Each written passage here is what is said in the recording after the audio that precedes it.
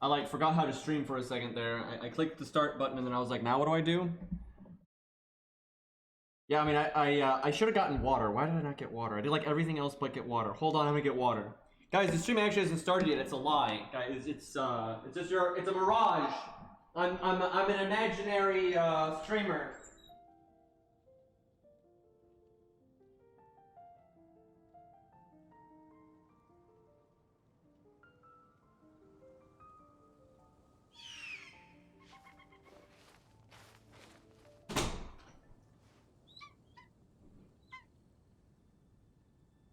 Alright, what is up everybody? Totally the first stream of the day. So yeah, I have not even started the event yet, so we'll kind of just see what the deal is. Yeah, we'll let Zal fight the Golem. I kind of want to do that before he has to do the sleeping thing.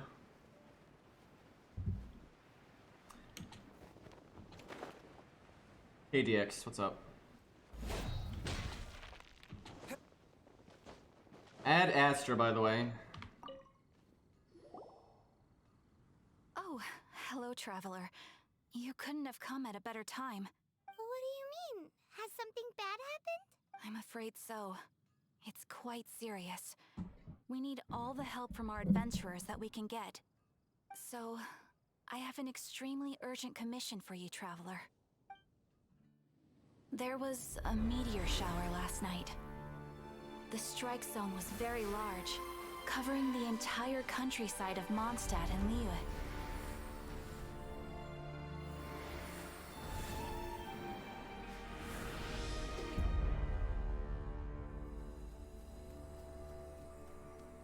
Didn't really leave a crater.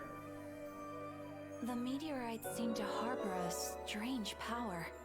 A power that sends Hey Neo, any thank who you for the touch them sub, into man. a deep sleep. The guild believes the meteorites to be highly dangerous. Whoa, that does sound pretty serious. Truth be told, we have never encountered anything like this before. The Adventurers Guild is currently stretched beyond capacity. We are relying on our members across the land to rally together and support the relief effort at this Blah, blah, one blah. moment. Safety must come first. Catherine, vassal of the Imanachaik? Do mine ears Was that a word? or didst thou cry out mine holy name in earnest supplication not one moment ago? Ah, you've arrived. A pleasure to meet you again, Catherine. Did that raven just speak? Nice to meet you too, my friend. Though I'm sure you must have seen phenomena far stranger than myself before. My loyal subjects. Oh god, I see she's your a faces are chune as filled with fuck. Fear and trepidation at the vile and villainous evils that once again Yep. seek, albeit in vain, to disturb the peace and tranquility of our beloved Mondstadt. I hope D-Luke's in this event. Traveler, allow me to introduce Miss Fischl, a senior member of the Adventurers Guild. Fischl, Oz, this is the traveler of whom I have spoken to you previously. Oh, you are the traveler?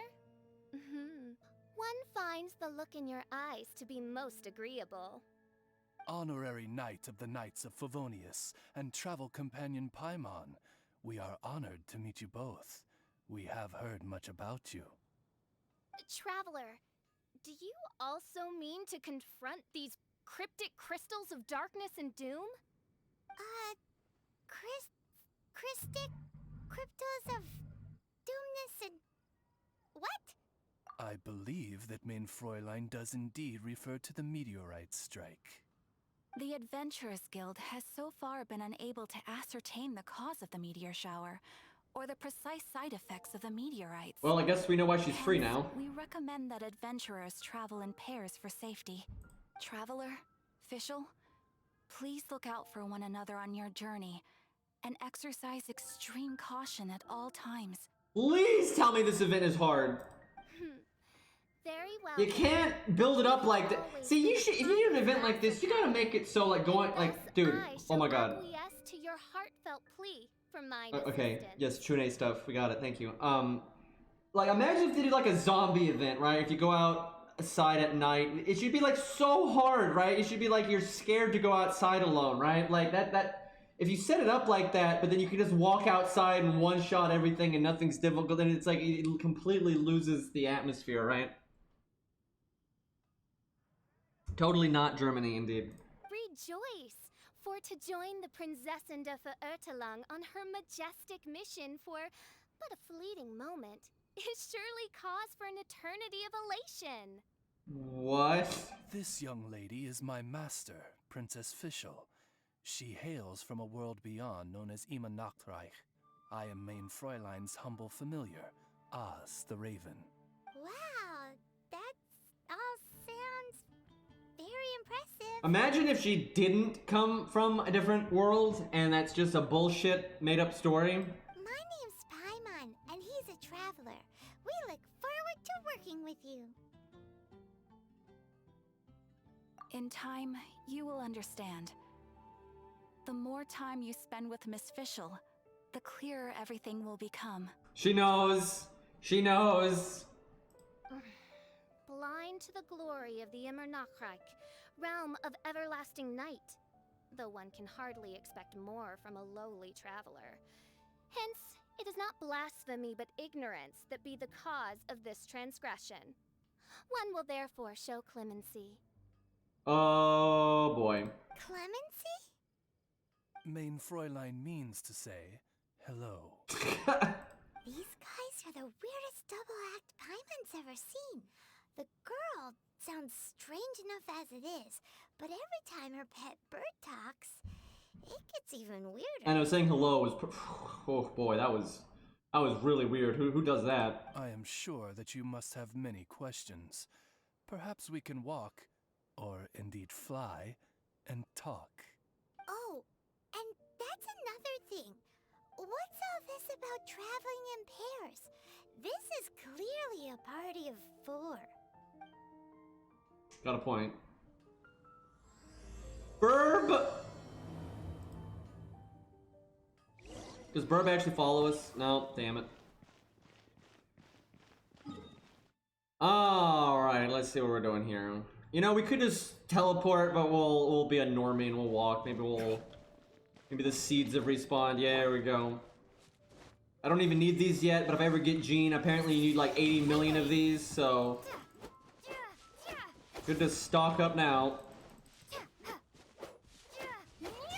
Does this event have any co-op elements, or is it single player?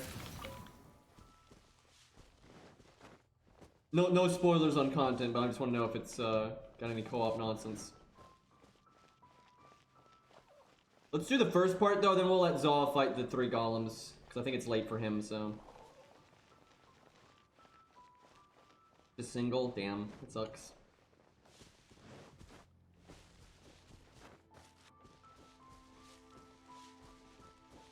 By the way, I almost have the achievement, like the Super Mondstadt achievement. I just have to open more chests, and I can't even imagine how there's enough chests left on the map to actually finish that.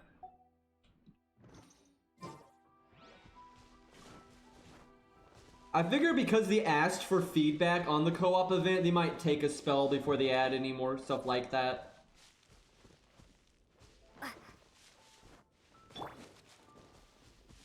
Might be co-op stuff later. Well, that'd be good.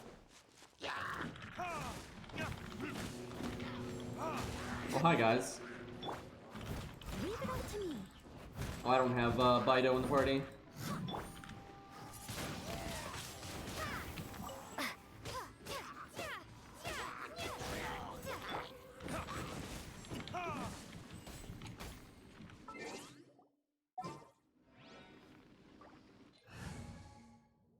It's fine if co-op is optional, but having fun things to do with friends is generally a nice thing. Go.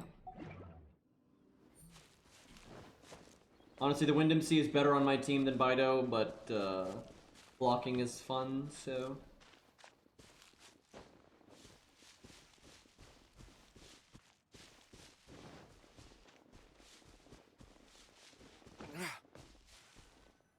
We're in Springvale now. Catherine said that this is the closest impact site to the city. The situation looks even worse than we imagined. Ring the bells! Sound the trumpets! For the day of judgment is upon us. Rejoice, all ye who cry out for salvation, for the Prinzessin de Ertelang has come. This princess lady seems really enthusiastic. A little bit.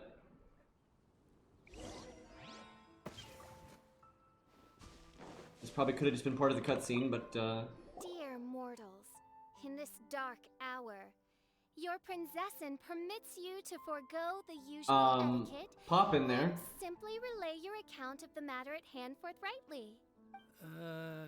Excuse me. Who are you? We come in peace, good sir. We were just hoping that you could reveal whatever you know about this poor victim's situation. Wait! Stop! Let Paimon explain. We're from the Adventurers Guild. They commissioned us to come here and investigate after the meteor shower. Oh, I see. Well, last night this fellow touched the meteorite, and then he fainted just moments later. I don't think that's a fellow. So, however you plan to conduct your And investigation... they've messed that up so many times. Do not, under any circumstances, touch the meteorites with your bare hands. He's just trying to piss her off to wake her up. That's what's going on there. What ridiculous remonstration is this?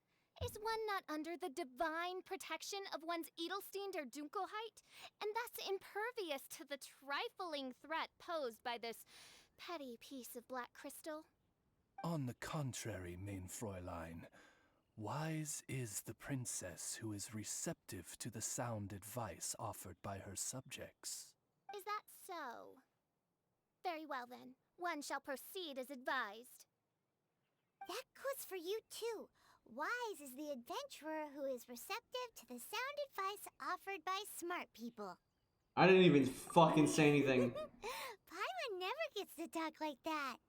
Oh, Paimon could get used to it though. You dare to parrot the parlance of the Prinzessin? What could one hope to comprehend of the lamenting of 1,000 dying worlds with the sagacity of a mere mortal? Perhaps it is better that you remain in blissful ignorance, for the burden of fate borne by the Prinzessin de Ertelang would surely be too much for thy shoulders. Uh-huh. Does she even know what she's saying? Alright, let's, before we continue, let's give, Zaw a shot at the big prize. Hey, poi poi. I'm pretty sure he's got what it takes, but I don't know if he's got what it takes with lag. That's the trick. Me and Zaw just do not have a good connection, so, it's like making it extra hard mode. Alright, there's our boy. Took him like 30 years to download the update, but he got it. Now, that was the true battle.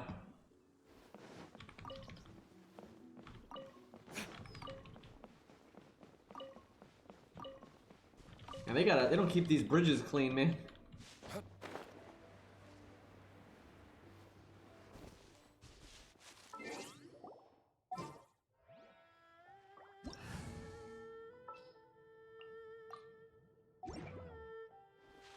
I got the strategy, I need the skill, and also the lag.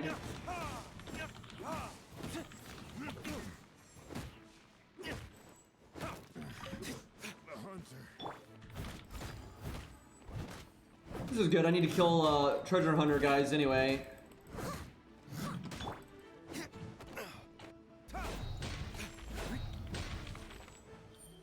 Nice ragdoll right there.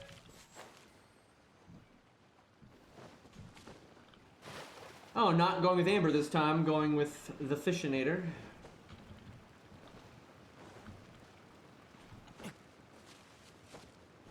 I bought the subscription, the $5 a month thing.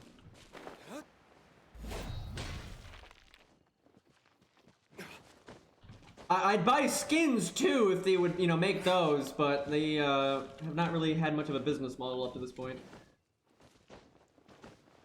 Alright, boys. Can our champion do it this time? I don't have the battle pass yet. I'm not sure if I'll buy it or not. I don't know. I want to support the company, but I don't know, the battle pass is kind of lame. There's nothing cool in it. More like just cuts down on farming, really. Alright, the first part's nice and easy, no big deal. If anything, I feel like you should use the first part to try to get into a position where you're standing where you want when the second part starts. That way you can, like, you know, jump on one of them really fast and get aggro. Alright, well, he's fucking him up. It looks like he's got that lag, though, where it's kind of hard to knock them down. Oh, he's got it, though. That's good. About to get hit by a roof. Oh, he dodged it, though. He noticed. It's good. The fucking roof is out to get you, man. Leave it all to me. It's actually bonking the golem pretty good, though.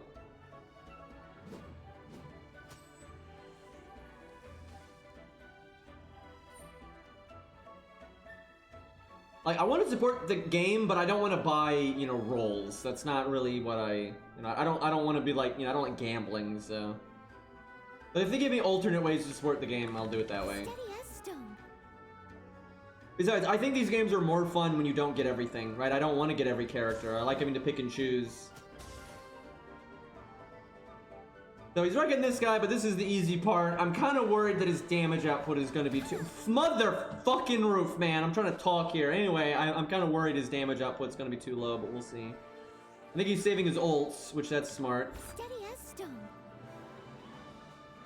This poor golem just wants to stand up, man.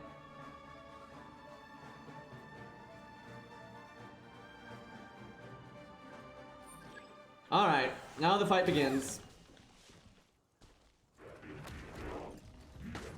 See, if he could knock that one... The only reason he didn't knock that one was because of the lag. Because he could have gotten it before the missiles went off. Okay, there's the third one. Very good, very good. I like that. It's much better than last time. The question is, if that guy gets back up, is he going to aggro to Zaw or the pillar? So far, Zaw's health is in good shape. He's using Noelle's ult and getting some big damage. Jesus Christ, his Noelle is so much stronger than mine. Does not have aggro on the third golem, though. About to absolutely body the pillar. My God, his Noelle is doing damage, though. It's very nice. Can he get aggro on the other one, though? That's the trick. And not get wrecked in the process. It comes down to this. This is the big moment here. Okay, he's got aggro. Dodge the missiles. He's finally walking away from the pillar. It's finally someone's doing, though, what I was like, you know, a really good strategy would be fight them over there, right? Somebody's finally doing that. Feels good. Well, I'm sure Zaw already knew that, though. I missed a spot. Steady as stone. Okay, well, he's got them nice and far away from the pillar. Or not! Never mind! Pillar getting beat on again. Oh, he's in a bad spot now because he can't walk through the door because the one golem is spin to winning. Oh, the pillar is absolutely getting decimated. Our boy may have ran too far. It's not looking so good. He's gonna have to come running out of here like a bat out of hell. Any second now, Zaw. Your pillar is dying. There he is. I wonder if he can get a knock on him. Oh boy. Golem's coming out. He's almost killed the one, but he still doesn't have aggro. This golem is committed to its job. He's like, you gotta come over to me. Oh, this isn't good. Zaw's so close to winning, but the pillar's about to eat shit. He'd stop firing the missiles if he could knock him. Oh, and the roof is getting me. Finally got aggro. The pillar has 17% life left. Steady as stone. He just got, ow, he was doing so good on health, but he just got blasted by missiles, but he's got Noelle's ult. And unlike me, he's actually got, like MP5 Noelle or whatever, so he's got like the better healing. Wow, he actually killed the other two. I don't believe it. I think we have a win here. 17% life on the pillar, though. He's got this now, though. There's no way he would... Chad, surely he wouldn't choke and throw when there's only one golem left. He's not me, after all. Steady as stone. I think he's got this in the bag. He's not going to lose aggro. Oh, wait, excuse me. I forgot. There's one more part to this. There's the... We're not done yet. I have faith, though, Zaw will be able to deal with the... I don't know, though. If he does lose aggro on the next part, he could still lose. This is not over yet. We've made it past the hardest part, but that is, again, Pillar is so beat up.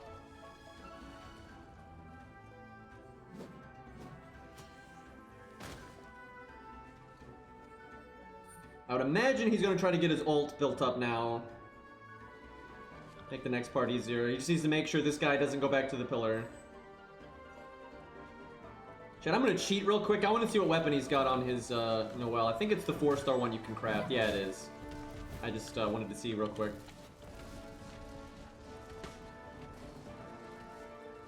Now, I will say, I hope he doesn't kill it out there, because the thing spawns over there, and that could be bad.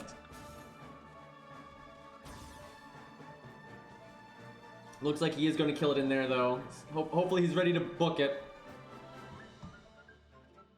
This golem is surely dead. There it goes. Alright. Oh, that gives him a few seconds before it spawns, it looks like. There we go. There he is. That's a bit of clip in there.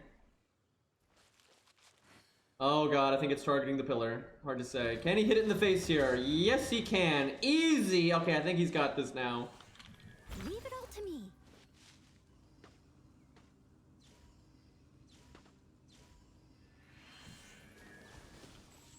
Yeah, I think he's got this. This is very impressive, by the way. This is a tough thing to do solo, because he's doing the co-op version, right? So the enemies have more health than they normally would, and he only has access to 2 characters instead of 4, right? That makes this quite a bit tougher. Because if he was doing this like in his own world, he would have already won by now, because their health would have been lower, right?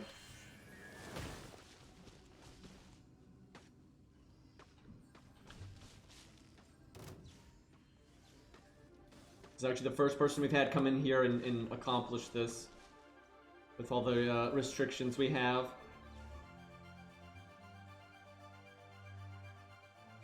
This isn't too bad in your own world, because they have less health and you have 4 characters. The main thing is getting them over there, so they're not killing the pillar. That's how I did it. But I did it with 4 characters and not 2. Ugh, I missed a spot.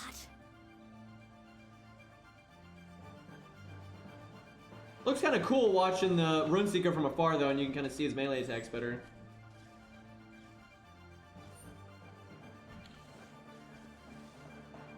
Alright, he's got plenty of health back, he's got his ult up, it's just a matter of time now. Unless, well, I will say, if he had like a YOLO spin attack just happened to go in the direction of the pillar, that he would actually lose. Ooh, he took a lot of damage on that there. And there it is, though. Feels good. Well, that's our first winner. Feels good.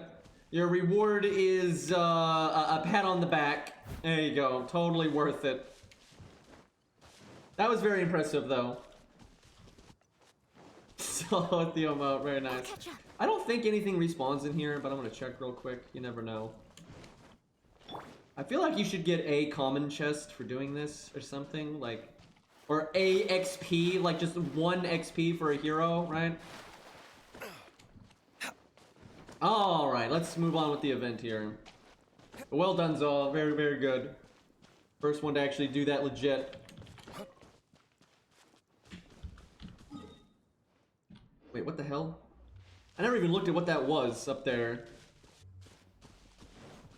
So does anyone else think it's an oversight that you can that this is a repeatable challenge with no reward? Because there's none of the other challenges are like this. It's only this one, and I feel like that's an oversight. Not that I mind. I actually hope they add more stuff like that because it's awesome. But yeah, I do feel like it's an oversight.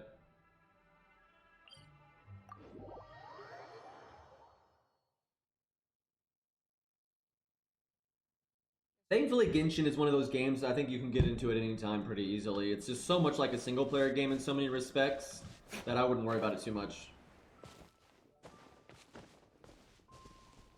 I haven't done that yet, Lost. I'll probably do that whenever we don't have like an event going on or whatever. Like that pillar thing for getting all the stam items. Yeah, I have not done that yet. Wait, where's my quest objective? Unable while in co-op mode, but I'm not in co-op. Oh my god, I have to relog because this game. A lot of times when people leave, the game doesn't actually register that you're not in co-op. I don't know why, but it's a thing. Yeah, thankfully no one spoiled me, so I don't even know what happens when you do that, Lost. So we'll go in blind on that when we do it. We might do that soon though, because I don't think there's that much of the event to do yet, and I think the next part doesn't unlock for a while. That's what people were saying anyway, but we'll see.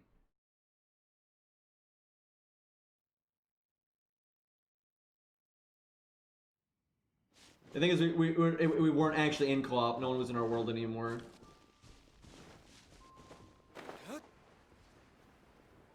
I've seen it do that several times. And like, if you go to the menu, there's nothing to like leave. Like, it's just fucked. Look! Another victim! Pray tell, O knight, what tragedy befell this unfortunate subject of mine? He's been sleeping all day and shows no signs of waking up. He did, and now he's fast asleep. Occasionally, he also sleep talks. Can't go on. Need to rest. What's going on? Why is he saying that? His dark dream harbors a forbidden fruit, poised between the jaws Lord. of a ferocious beast. Woe betide the weak should they peer into its eyes, as black as a moonless midnight, for they shall surely be lured into the abyss. Sure. Do you mean there's something luring him in his dream? Though we have no evidence to prove it, Main Fräulein's intuition has never failed her before. Well, let's keep investigating anyway. Oh my god, why are we... I don't... They're just gonna keep telling us these people touched the thing and they're asleep. Like, Jesus. Greetings. I am Sister Edna. I am here to nurse the sick. State your name at once. She just This did! demon of nefarious nightmares? What? My apologies. Main Fräulein was not addressing you. This man lying on the ground, has he spoken at all? I believe he said something about having to get back to work. The wine. The wine. He seems to be sleeping deeply indeed. This is no ordinary dream. This man, he has been cursed. Can't you just wake him up? I've tried. He awoke once for a brief moment, but quickly lapsed back into sleep. Did he tell you anything while he was awake? He said he dreamed he was on top of a mountain, and it was very cold there. I wonder if they're gonna lead into opening up that mountain area with this. This has the trappings of a cruel, cold curse by a mountain-dwelling demon.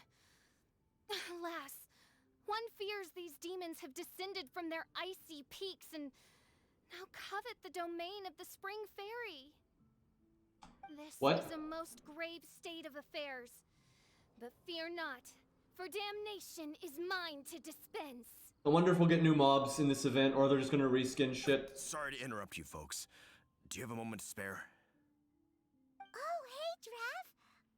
What's the matter? It's... I can hardly get the words out. One of the meteorites struck the hill behind our village. Alan told everyone he was going to go see it for himself. And then, sure enough, he just ran off. You've seen how dangerous these confounded meteorites are. I'm afraid something may have happened to him. Could you come with me to find him and bring him back? Wait. So, big blazing rocks fall out of the sky, and all Alan's worried about is missing out on the action? Exactly. Once we get that rascal back safely, he's due for the scolding of a lifetime, if you ask me. Paimon could not agree more. Let's go find that rascal and drag him back by the ears. I feel like they could have just started it there. I don't know why we had to talk to the 3 people that all had the sleeping people. Like, I don't get it.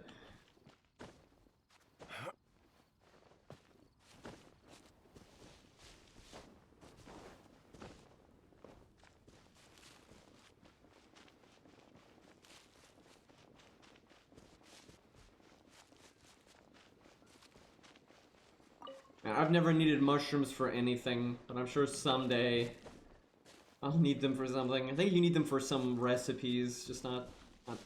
They're so common that...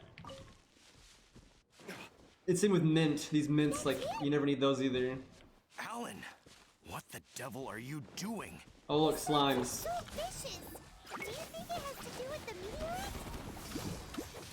Our judgment has come. The threads of your fate lie in my hands.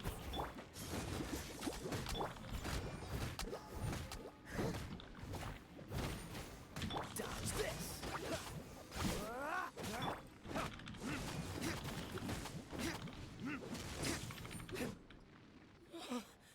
I thought I was going to die here.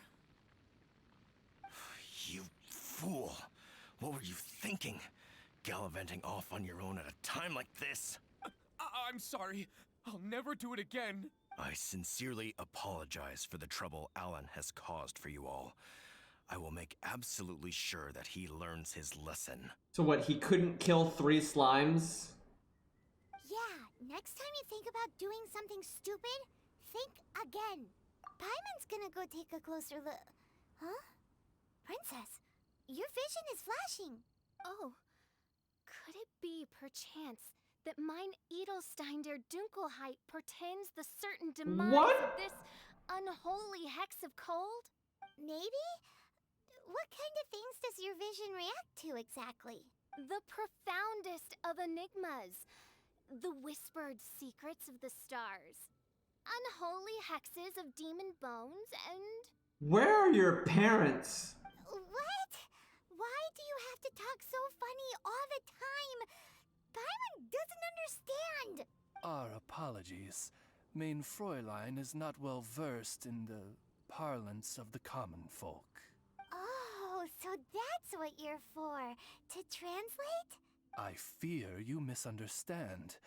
I am no translator, but a humble conveyor of Main Fräulein's royal will. I would venture that what her vision is reacting to in this vicinity is, quite simply, elemental energy. Thank you, Oz. Those whose minds are muddled by the mundane matters of this woeful world are unable to fathom my noble intent as swiftly as thou art. So, there's elemental energy in the meteorite, and your vision flashes in response to it? Paimon thinks probably yes. Anyway, no harm in giving it a try. Let's look for shards of meteorite using Fischl's vision. Clearing them away will help make the area less dangerous. Oh god, it's like a whole thing. I believe we have found something.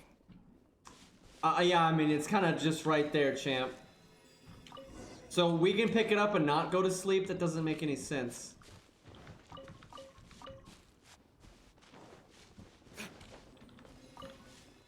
That seems to be the last of them.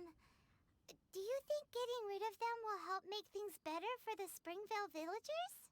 The question is, are these shards of meteorite, which are infused with elemental energy, the true source of the calamity, or not?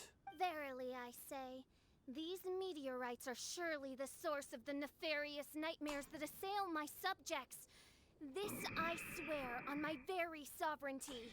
Chat, do you think they're ever gonna add, like, limited time bosses like FGO does, like in an event where they add a boss at the end, and then you can never play it again? Yeah, let's do that. I think they might. Hard to say, though. So far, all the major content they put a lot of effort into, they make permanent. It's kind of like, why not get the boom for your buck?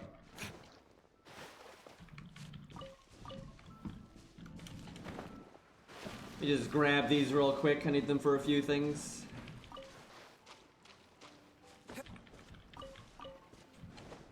I think Kaya uses them to ascend.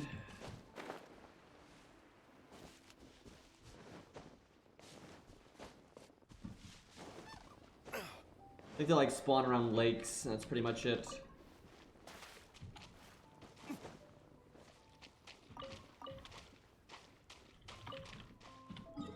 Oh, there's more.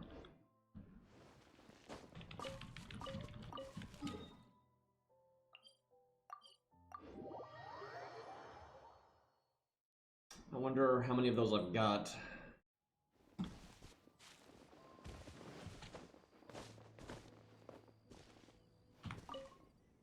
Edna! We got rid of the meteorite up on the hill behind the village. How are the victims doing now? Any better? Bless you. Thanks to your efforts, 2 of the victims have already awoken. That doesn't make any sense, but okay. I'm so sleepy. Great, so it did work! I do hope you are able to dispose of the rest of the meteorites around the village. This is wonderful news. It gladdens the heart. It is most gladdening indeed. Yet the news that I would be attending to this matter in person was surely the only guarantee that my faithful subjects ever needed of a felicitous outcome. Hey, you just woke up, right? And what were you dreaming about while you were asleep? All I remember is that it was cold. I was walking along a mountain path. In the ice and snow, I think. So, just hiking in the mountains? Or were you supposed to have a destination? I really don't know. In my dream, it felt like I wasn't in full control of my actions. I don't think it's not Russia. I think there's literally a mountain you can see on the map that's like all snowy. Then thou wert surely cursed, I say. Oh, wretched scourge upon this land. Well, whatever the case, what we do know is that getting rid of the meteorite shards is helping. So come on, guys. We need to redouble our efforts.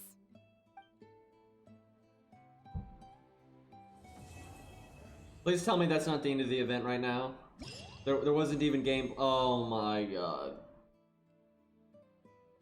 So wait, that's weird. The first part's now, and the next part is in 1 day. By the way, 1 days, very nice. But then the next part's not for a week. So you get part 1, part 2, and then you have to wait a week. That's kind of weird. Yeah, I guess in the meantime, you're supposed to just run around and find these things, but that's something I can do off stream, because I don't think it's particularly interesting. Yeah, it's just like, go find it, kid! Huh. That's pretty underwhelming, I'm not gonna lie. Like, I mean, it's better than nothing, but that's kind of a nothing event. I would really prefer they do less events, but events that are more meaningful, right?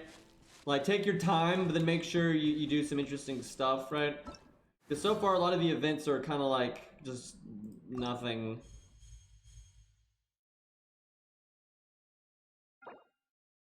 Huh.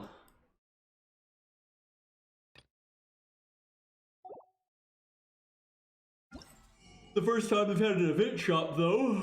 Excuse me. Guessing that's stuff you need for fish for the most part.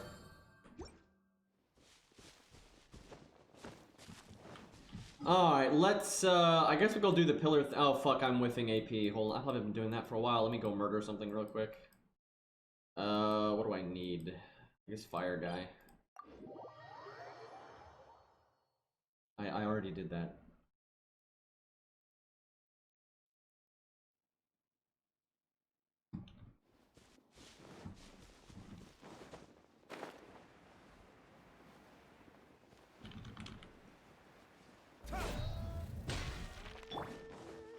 There's another mat that I've never needed ever, but I figure I'll need someday.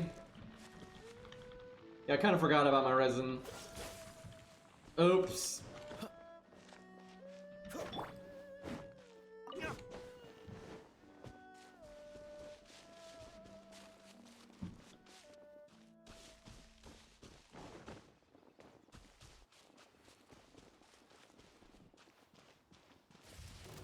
That is so... Why do I have D-Loop in the party right now? Well, it'll be fine. I must leave no...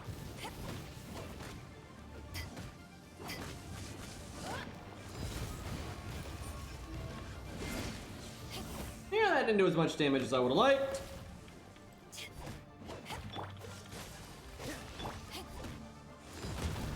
I think I blocked too soon there.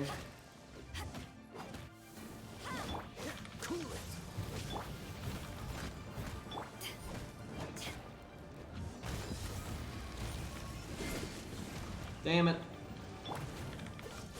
Wait, I don't think I should have knocked him down there. I can't hit him. Fuck it! Wait, it's not hurting me. Why is it not hurting me? What? That's some bullshit right there. Shoutouts to actually doing some fire damage with D-Luke.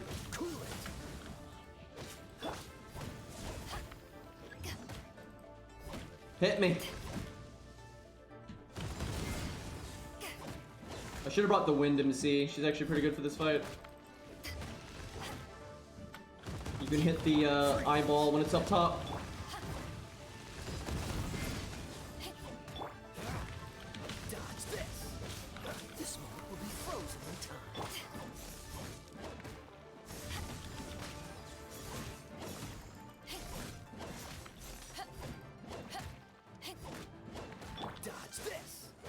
Makai probably does more damage with auto attacks, I would think.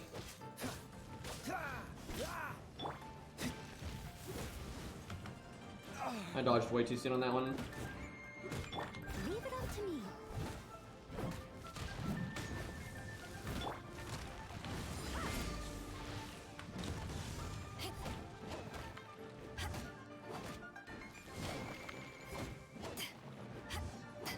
I don't know what the hell I'm swinging at right now.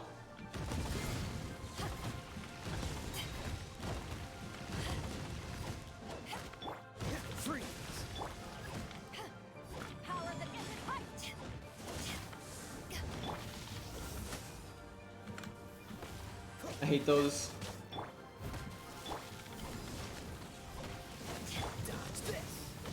must leave notes as a beautiful maid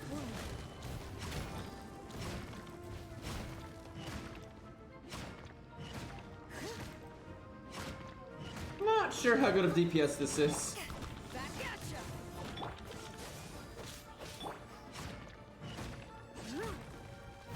I feel like I could have gotten more done there.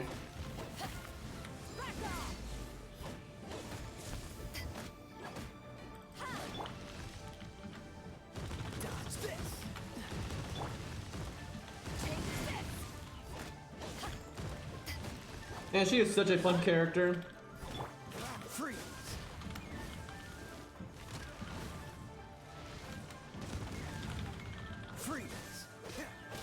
I should have ulted. Probably waited too long there.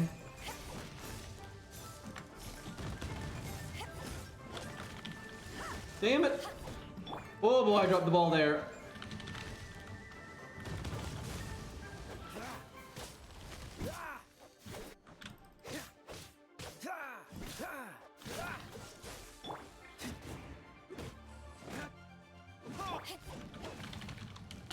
Correct? Alright. Use our resin there so we're not whiffing it like crazy.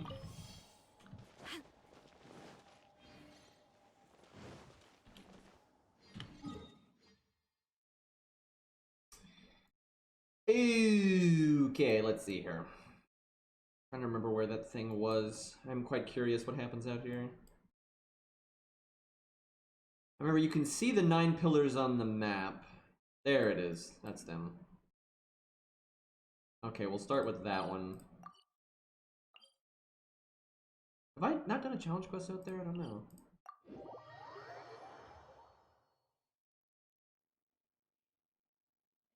I think they'll add more characters with a block. I don't see why not. I doubt they'll be common, but how did I not open this chest? God damn it. Clearly these slimes killed me, guys. They defeated me, and I was just never able to, you know, unlock the chest. Leave it all to me.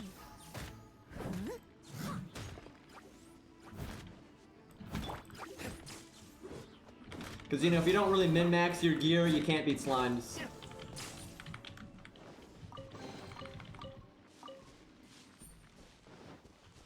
Alright, what do we do here? Please tell me I don't need the Earth MC.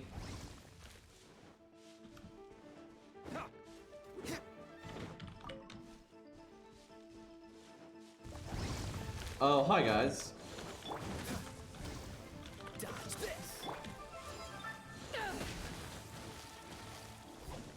I should have let him start shooting, because then I could have gotten a good counter there. Leave it all to me. They're not really attacking any.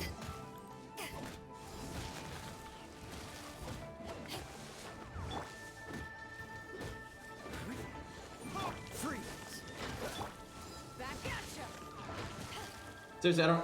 These guys normally are kind of annoying, but they're not really doing anything.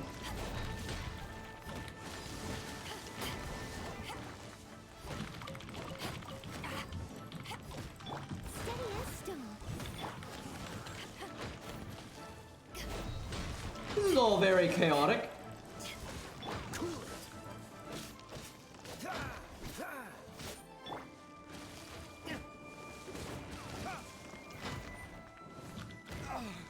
Bastard.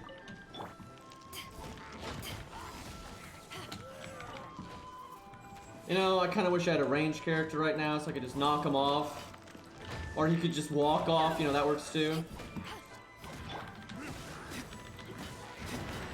Oh wait, I can just do this.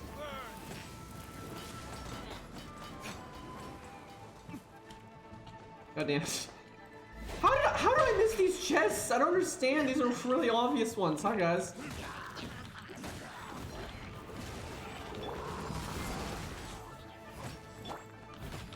I like how you can just hear that guy coming from a mile away.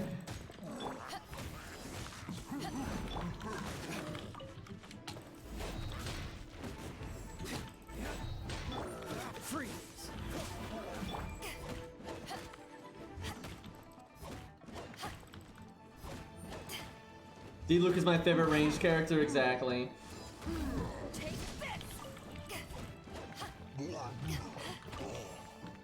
I'm so glad I got him in my tutorial summon. It's been so nice being able to play through the whole game with just D-Luke all the time because he's awesome.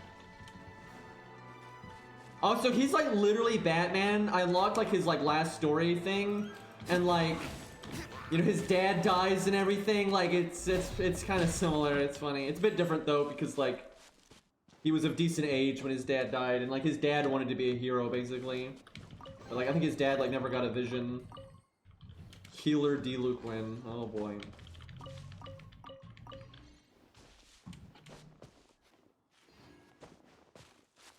Actually, I think Barbara can be a DPS. Like I've seen people do that.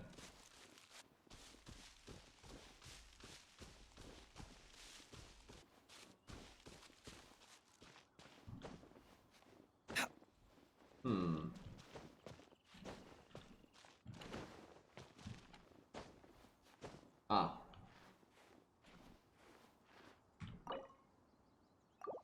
Oh, I see. You needed those from leveling up the statues.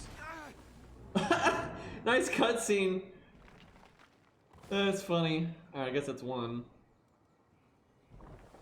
Huh, does it unlock a dungeon? And do you actually get to do the dungeon? Can you reset it and keep it? Because people were saying you couldn't repeat it.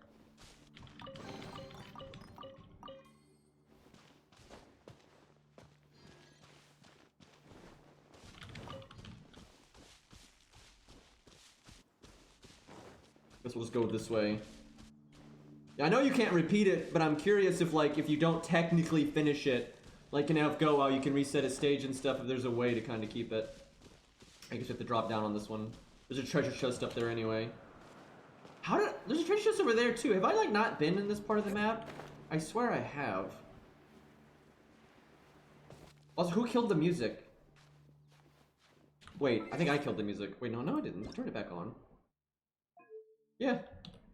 If you don't kill the last guy, you can redo it. I might experiment with that.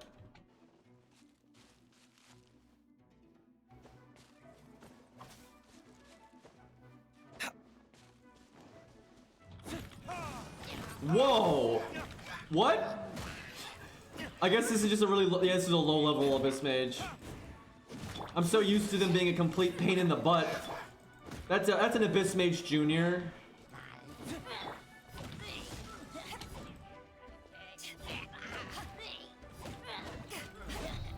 That was actually kind of disappointing. That could have been fun, but he immediately died. If you kill any of them, they don't respawn. I tried. Damn it. Yeah, I trust Saw generally. I'm sure because he has the same mindset as me, so I'm sure he was trying to see if he could keep it and stuff. So if he says you can't, then you definitely can't.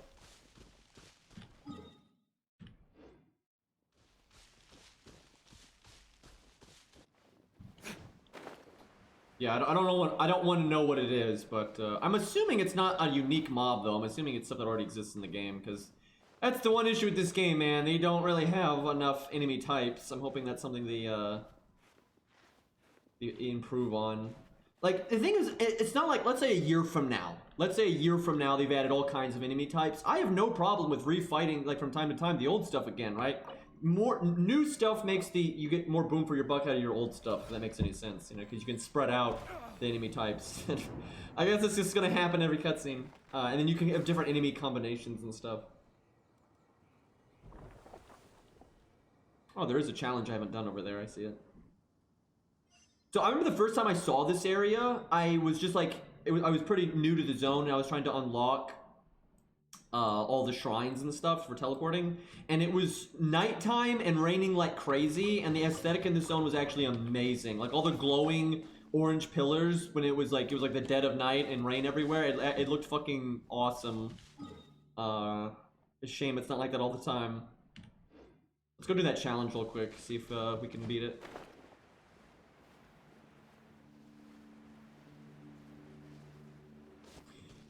I think we might get a few random new mobs and like some, you know, kind of like how we got Child as an enemy, but I doubt you'll have any standard enemies on the map until the Japanese area. I kind of agree. But that, honestly, I think it should be so high priority for them to add new enemies. That way bounties are more fun, right? Because you've got, you know, more, oh boy, these guys. Oh, they're kind of low level though.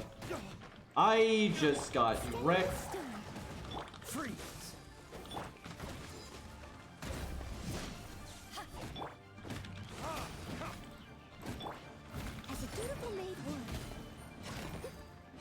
One of them like just fuck, what? The other one's like, wait, oh my god, I just realized you have to win super fast. Oh fuck, I wasn't paying attention. Yeah, I need to like ult spam these guys. Get everyone's ult and then just go ham on them. Alright, I'll worry about that in a second. We'll do that in a minute. But yeah, I'm gonna need to just like ult blow them up. I kind of forgot about the time limit.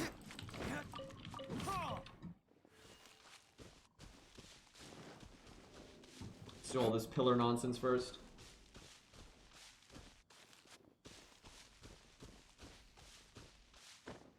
I mean, Child is not a reskin.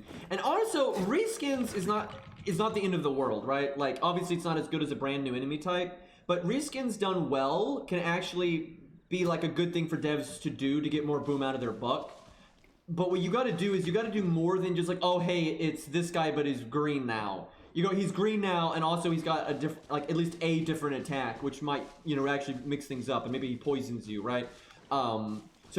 And why that's good is so if you're able to make good reskins of mobs, every time you make a new mob and you can reskin that new mob, you can have even more variants and stuff, right? Because ultimately you want mechanical differences between enemies. But to make a mob, like to see a mob in a new light and have it really change the way you interact with it, you don't necessarily have to change all of its abilities, right? It's okay if like their standard punch is still just a punch, right? Like that's okay. But you want like, I don't get these things. They're like kind of a pain in the butt, and then you just get like a little bit of money off of them. I don't really get it. You know what? I'm gonna let them go. I like these guys. I don't want to kill them. And they only give like 500 gold for killing them, so he gets to survive. Besides, you get some money from just him running around. That's kind of funny. All right, we did that one, so I need to do that one. Okay.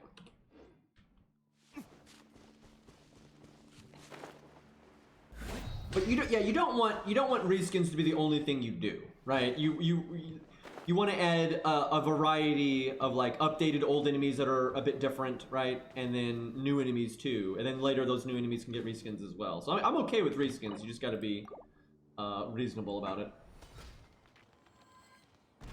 Yeah, I don't like killing those guys. Like they didn't do nothing.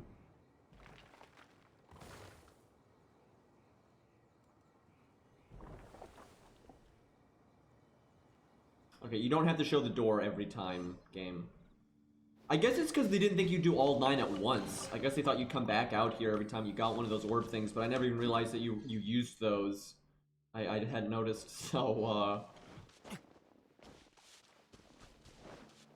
I had just heard from people in my chat that you had to get all of the stam items to do it. Funny story, by the way. So I got it to the point where I only needed a few stam items left. So I used. Oh, hey, it's that guy. I ran into this guy in some of the weirdest locations. I've also never gotten anything but cabbage out of him. Like once I was climbing a totally random mountain just cuz, and as soon as I got to the top of it, he was just right there. It was pretty weird. Yep, cabbage.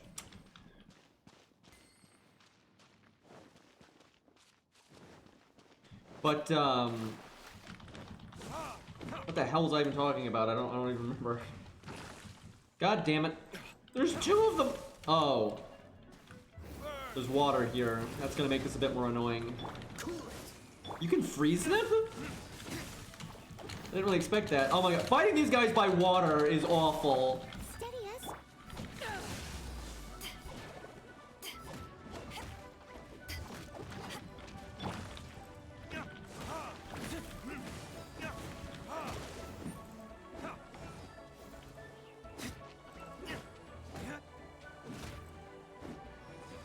You dead? No. Oh my god!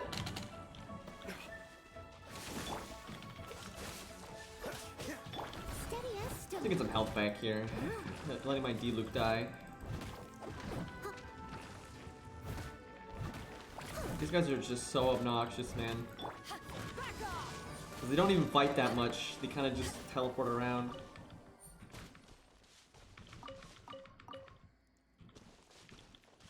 I think they can drop SQ fragment thingies. It's probably just a really low chance. Either that or they just always drop cabbage, which that would I don't even see the point of them if that's all they do. So I kind of suspect that they do something else, because like why even bother?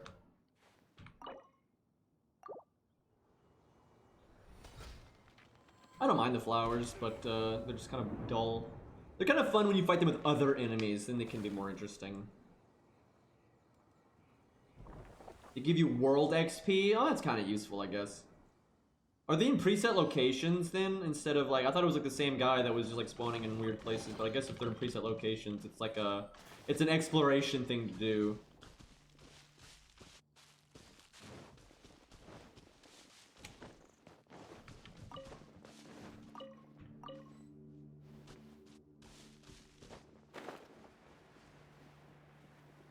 I kind of lost track of where I was in these colors. I feel like some of these, like the one up there, I'm not sure I did that one. It'd be really bad to lose track because there's so many of them.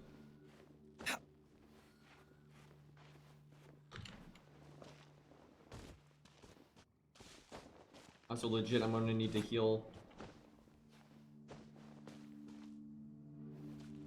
It can drop SQ, it's just really rare. Wouldn't surprise me. Like they're not gonna make it common. Did I already do this one? Nope, it's right there. Why did I fall off? What? I had plenty of stam left.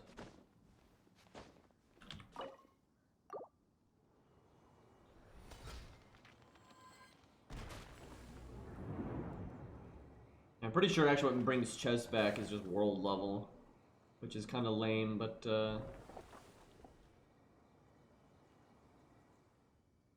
because like when chests come back, you won't even know where they are, so it's just kind of annoying. Let's see. I'm pretty sure I did that one. I think I got to do these two at least. I think I might have missed one. I can hear somewhere though.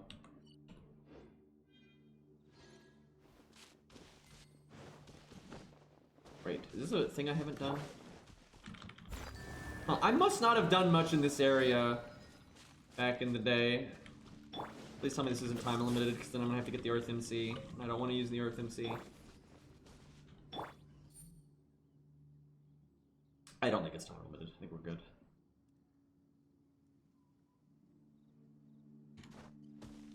I don't really get why so little music is playing though. Normally you get lots of music when you're out and about.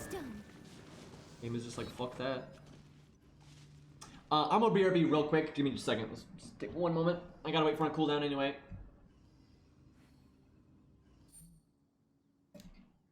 Well, if they're added in like specific locations, that doesn't really change anything because again, you won't know where they're at.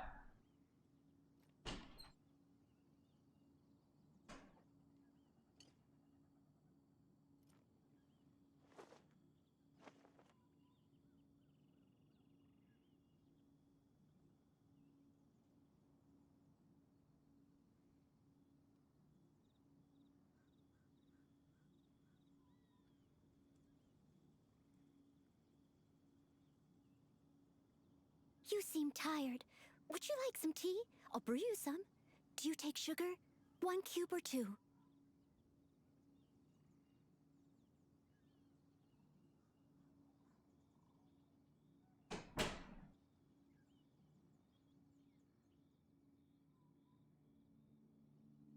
Ew, alright, I'm back. Sorry about that.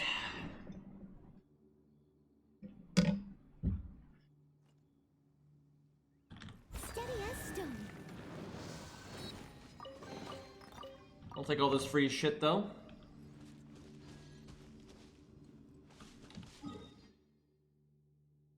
Okay, so there's one up here, I guess. Well, my tea, yeah.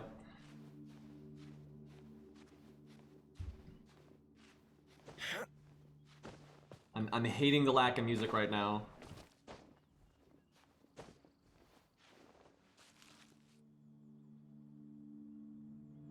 So, how would y'all feel about if the Japanese area maybe had... I guess you could have that give max stam too, but if you get too much stam, the system is going to be pointless. But I feel like they need to start giving zones something else that you get from the orbs that you find. And I thought like faster stam regeneration would be a decent one. I truly feel like the stam regen is just too slow. Now you don't want it to be super fast because then again, the system becomes trivial. But yeah, I think slightly faster regen would be pretty nice. I think we could get a little bit more stam. I think they could do one more zone that gives us stam. But yeah, I don't think they should give us too much more. They should give it, definitely change what it is. And then after you give enough stam regen to the point where it's like reasonable, then you'd have to do something else yet again.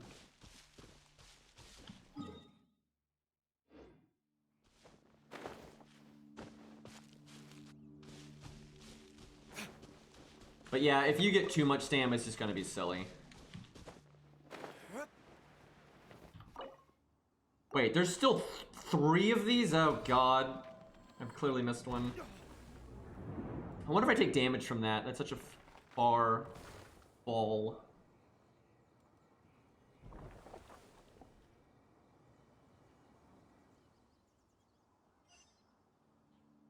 So I'm guessing that's not an instance, it's still an open world area, and that's why you can't redo anything, like no matter how hard you try.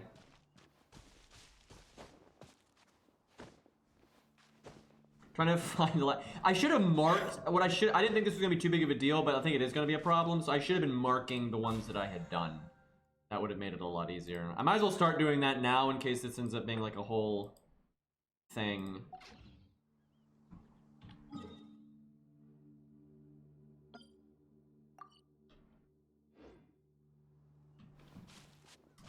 You can, I think like the parts of them explode so that you can kind of tell.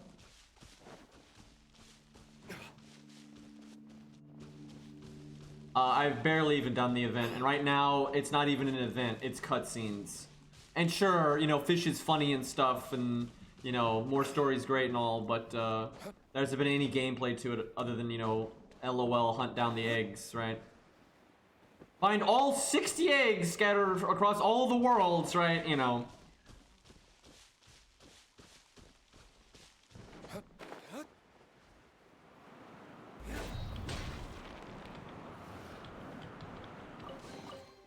I'll do that in a minute. Because I don't really care to do the treasure hunting nonsense on stream, because it's boring. Okay, have I done this one? I just like bit my tongue, by the way. I'm a genius. I think I have done this one. I just want to make sure before I mark it on my map.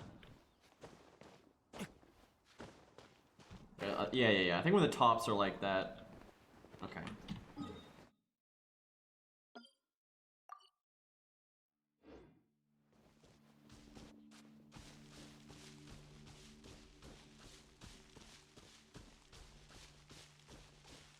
She's friends with Noelle. I mean, I'm sure Noelle's gonna show up in the story at some point. And they've actually said in her prologue, or in her you know, her voice lines, you know, they've said like what she was doing during all the story stuff, so I figure they'll get around to it eventually.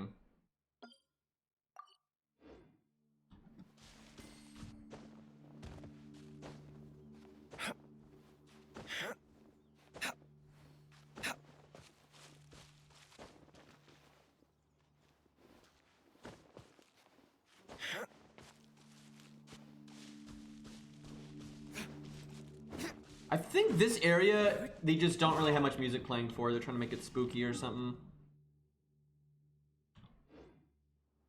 I feel like these ones might be something I missed up top.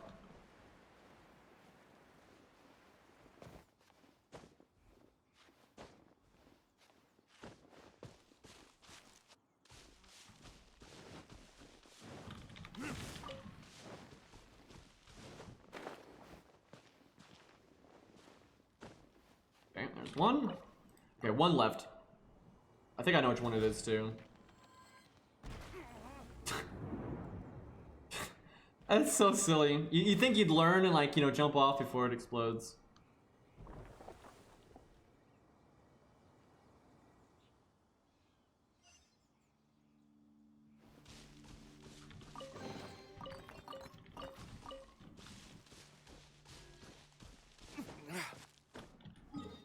I don't think I'm gonna need these marks now, but just in case.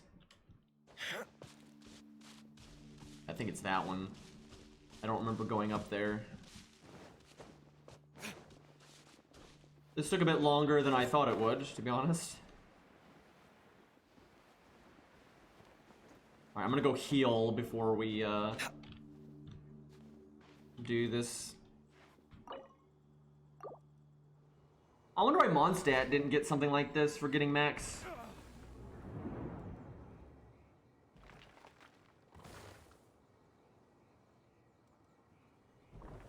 Alright, I'm so glad no one spoiled this. I'm actually surprised no one spoiled this, but I am not complaining. Alright, let's get our health back. Get rid of these marks.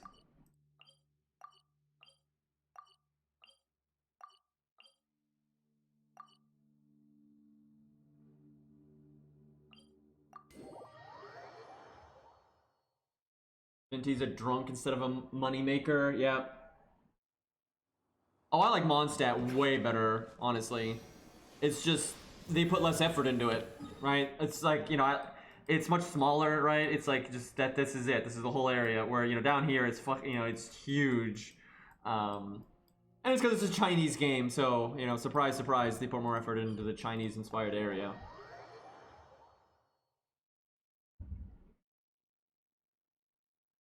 Mondstadt's kind of like their tutorial zone, really.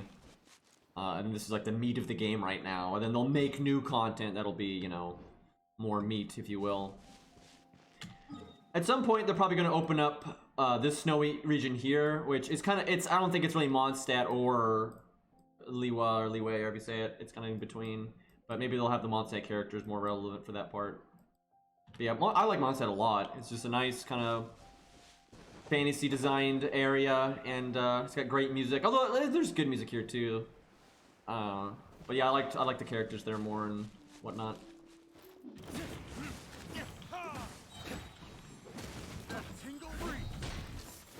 That tingle, by the way. Oh my god, I don't lose a bunch of health here. Try to get my ults too.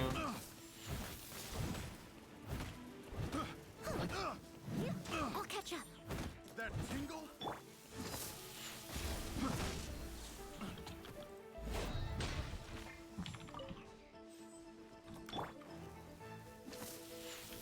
Steady pop. Alright, we got full health. I got careless.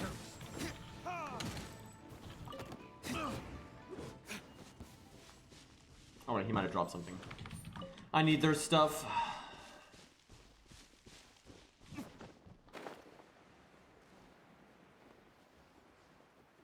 By the way, I've actually ascended D-Luke and I could level him to 70. He's been like that for ages. I just haven't leveled him because I don't feel like he needs more stats right now. He does more than enough damage as is. So to kind of just keep my characters balanced, I'm not leveling him as much as the others yet.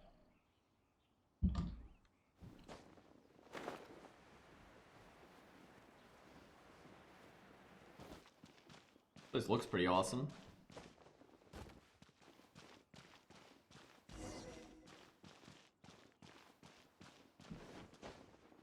Man, why couldn't this be a dungeon that you could repeat? Like, why not? Even if it was just for fun. As I was saying that, I thought it was an oversight, though. Like, the thing that Zaw just did up here, right? I wish they did more stuff like that, but I think they did that on accident. Spider. One of the least used. Wow. Okay. Okay, bud. Please don't. I was saying, please don't make me get a bow character. That's like literally though the least used enemy in the game. You hardly ever see them.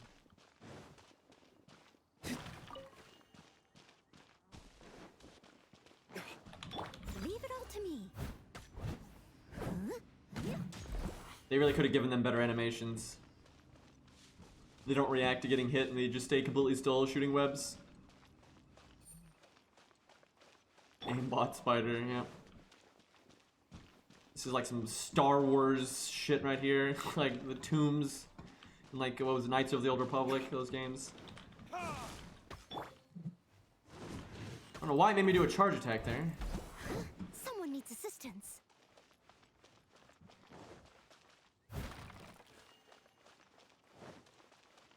Steady as stone.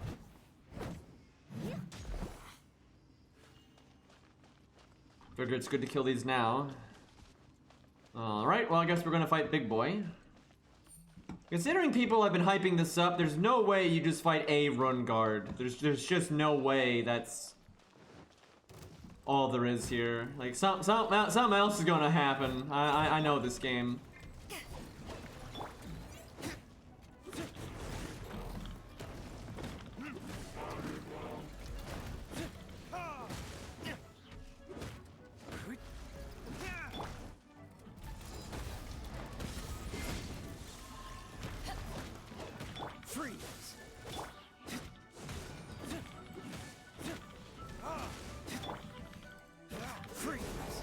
Man, I've noticed from just testing it myself, I haven't looked it up or anything, but I can just tell if you do melt damage, like if you do melt from like ice to fire, it doesn't do as big of a multiplier, where if you go from like ice is the one causing the melt on fire, it does way more. Like I can just tell because Kaya gets a way bigger damage boost than D-Luke does.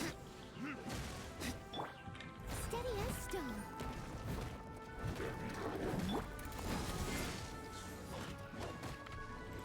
I'm trying to look around because I just know something stupid is gonna happen at some point here.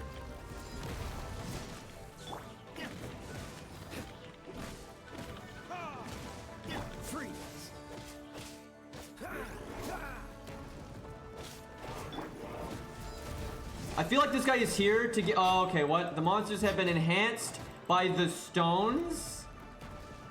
What?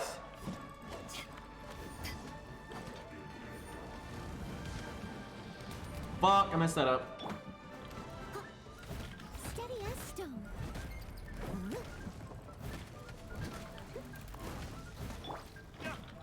Something's up. Something's up.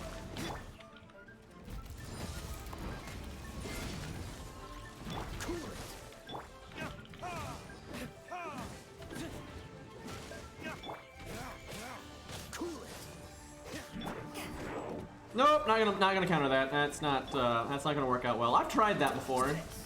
Don't have enough health for that one. I can get the end of it though. Come here, come here, come here. That was kind of underwhelming.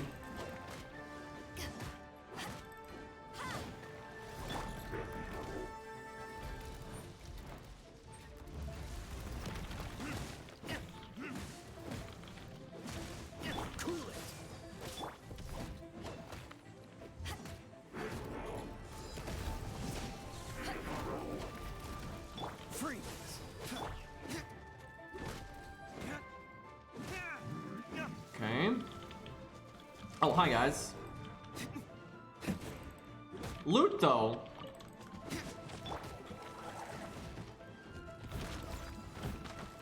Time to clean up. Someone needs assistance. Wow, they're pretty damn tanky. I'm starting to get a little worried now. Fuck, I did that way too soon.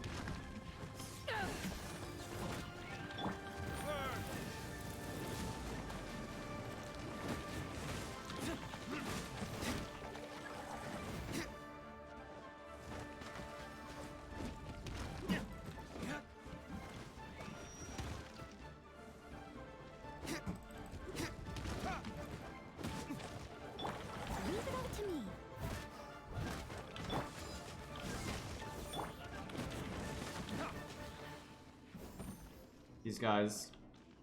Whoa! Freeze! God damn it. God damn it!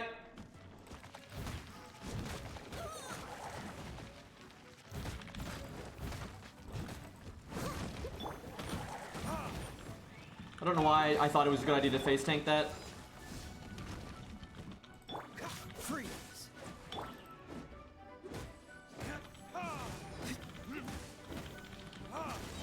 Freeze!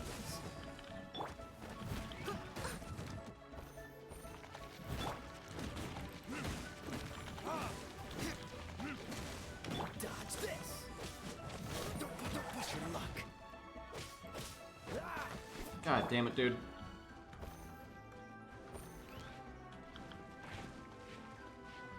I must leave no stone unturned.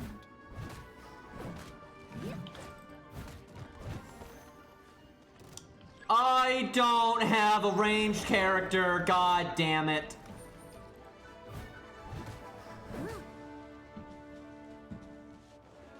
I'm glad I killed those spiders though.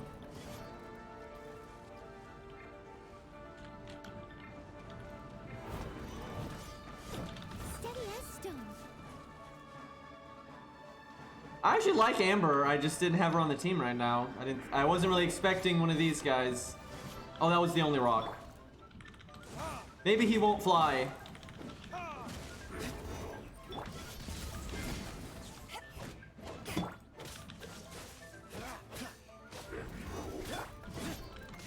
He delayed it.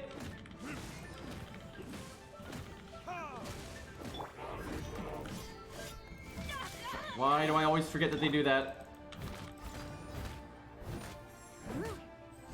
Well, they don't have a very high attack stat though, so far it's not a big deal. Freeze!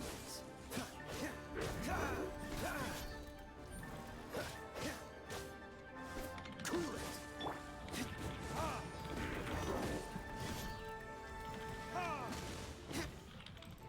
You know what? I dislike these guys enough that oh god, as soon as I did that and I got my omega damage, he's got the thing. Whoa, no, no, no. What the fuck? Stop. What is it aiming at?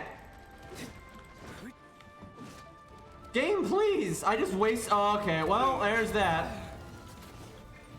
There can be no excuse. I forgot that he could do that. So, yeah, I don't have a ranged character. This is great. This is like the one enemy that I just think is ungodly bad designed because of that. Assistance. Like, you shouldn't have to have a ranged character to knock him out of the sky. Like, it's really dumb. I wonder if I can drop on him.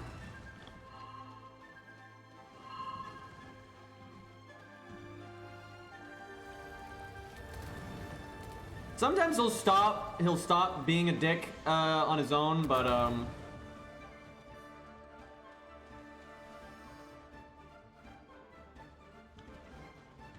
Steady as stone.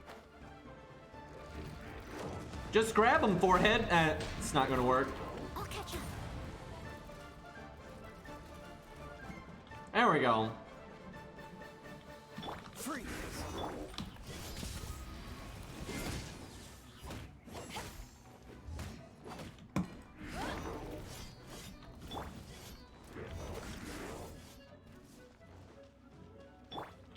I must leave no stone unturned.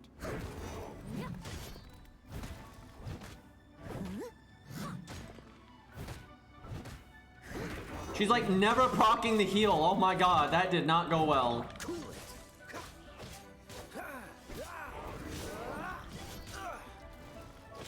Freeze!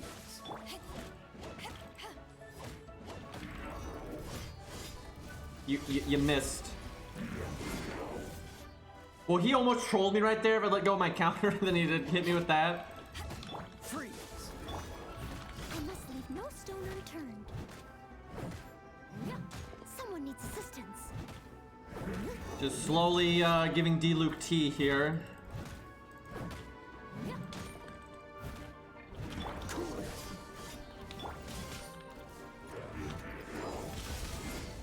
Damn it, my counter missed. I don't feel like she's that good for them because they just move so much. Why is there grass in here? Oh, you sons of bitches.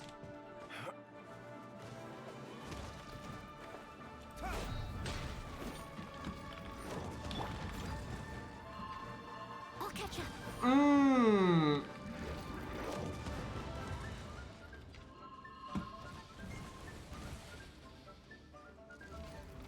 Wonder if I have D-Luke's ult, if I could get that to knock him out of the sky. I'll catch up.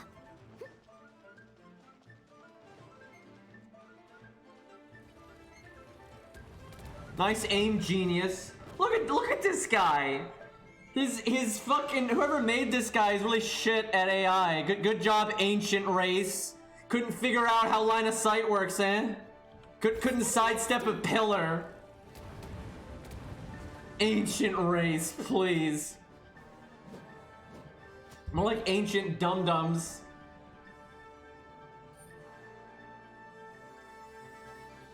I wonder if it'll let me. No, I don't think you can switch when you're in combat. No.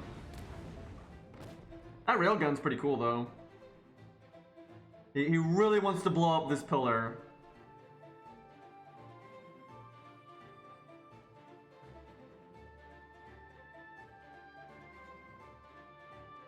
Oh, I don't think I have D-Luke's ult. Yeah, no, I don't.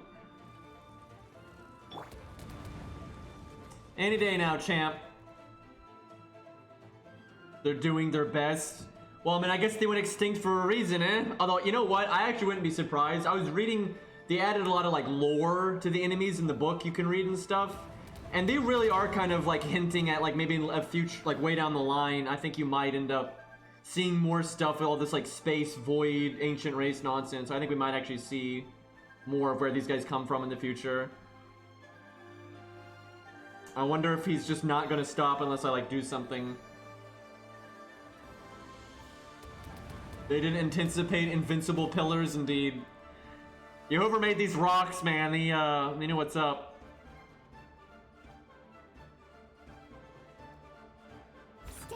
I find they're pretty inconsistent with if they decide to stop flying on their own or not. Like, sometimes it just takes them ages to stop, and then sometimes it doesn't take too long. So overall, you just want... Okay, guy, this was because I insulted your masters, huh? Is that why you're doing this?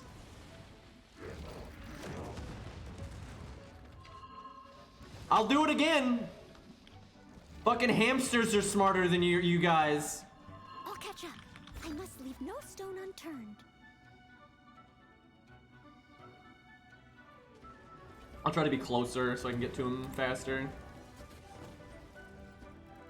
Who designed these? It's one out of all the enemies in the entire game. I find this to be the dumbest thing. Like, you should not have to have an archer in your party. And like, there's plenty of archers that I think are cool. Oh, he actually got damage on me there. But like, it's just so frustrating that if you happen to not have one, you're this fucked.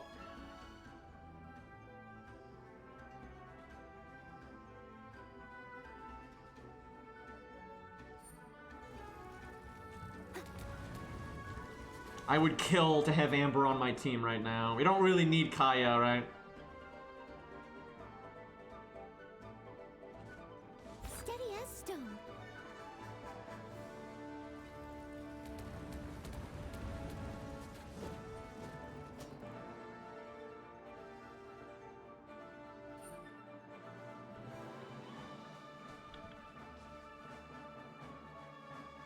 Yeah, I think if you're really far away from them, they'll go in the air again. That's why I'm trying to stay closer. But like, I've seen it. Like, I mean, when Poi Poi was fighting these, I remember he was underneath it for ages before it dropped down.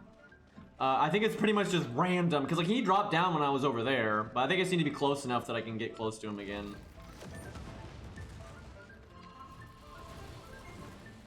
There we fucking go. There's freaking grass in here. That's really satisfying, though. Dodge this. Leave it all to me. Now I have D-Luke's ult, but he's gonna die before I'll ever go in the air again, so. Alright. Please tell me that's not the end, though. I feel like they were just scratching the surface of that gimmick. Please tell me that's not the end. Is that the end? They were just scratching the surface, man. Like, they were starting to make the rocks harder to get to, right? Like, I think, fucking Christ, man. Although I will say, I bet you if you don't kill the spiders in advance, that was probably really obnoxious. But, like, I feel like they could have had you fight multiple bosses at once, and then they could have made the crystals even harder to get to. Like, it's almost good, right? That was almost good, but they didn't. It's too baby. Like, they didn't go ham on it like they could have.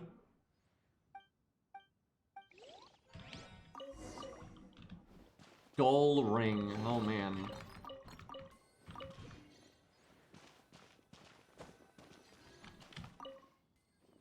What? Oh, it's a preset. It's a preset artifact. So you get a 5-star artifact out of that. Oh no, that's nice, but the rewards are all right. But I care more about the content than the loot, right?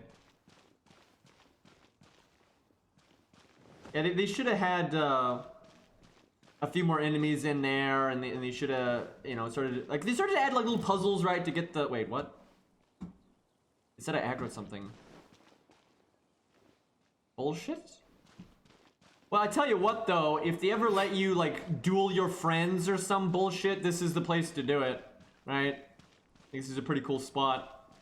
I don't think they'll ever let you. I don't think, and I legit don't think they ever should add like a PvP mode that's like incentivized and has rewards. This game is just not, like, the gear would rule everything and it would just be terrible.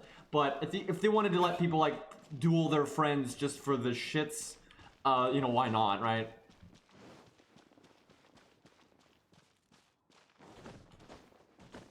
Well, that was really cool, but it was not nearly hard enough. I think you should have had like that. I would have gone, like, this was such a big deal, and like a lot of players probably won't even see this because a lot of people are casual and they're not going to get all the hidden items and stuff. I would have put a lot more effort in that. I would have had like, you know, you start off with this gauntlet of like, you know, the highlights of all the enemies from the past, you know, like fight for Tui with a Rune Guard and all kinds of weird things, and then do more with the rocks, and at the end spawn a unique boss. Like, spawn a unique boss that no one's seen before, and then when you beat it, when you beat that challenge, then it opens up an instance and you can refight just that boss whenever you want or something, right? Like, that would have been pretty cool. And like, especially because it would be mostly reusing old enemies. All you'd have to do is use your old enemies intelligently and make one new enemy type for this, right? That's not actually that much work. Alright, let me get my ults and come back and do that challenge thing.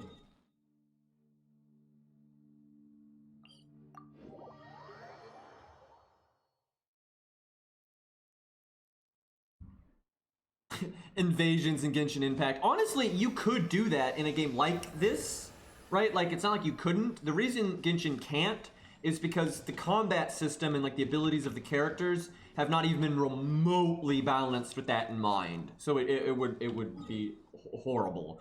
But if they had made like the combat system and the hit detection and all these things kind of with that at least vaguely in mind, maybe not the main concern with the balance, but like that was like vaguely on their minds, you could probably do something like that. But yeah, there's no way Genshin could do anything like that because the game is just so not set up in a way to support it.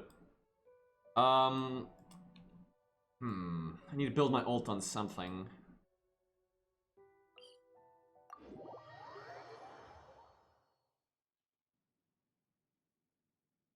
But like, I find that's one of the funnest things you can do with friends is if you're out, you know, doing fun things with your friends. Although this game de-incentivizes co-op so much, I don't know why, but it does.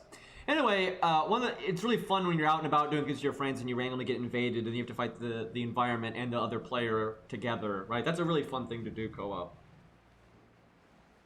What I hate though in Dark Souls is how like the mindset of most players is that of a bitch. And so if they get invaded, it'll be them and the boys, right? So they got their phantoms with them, right?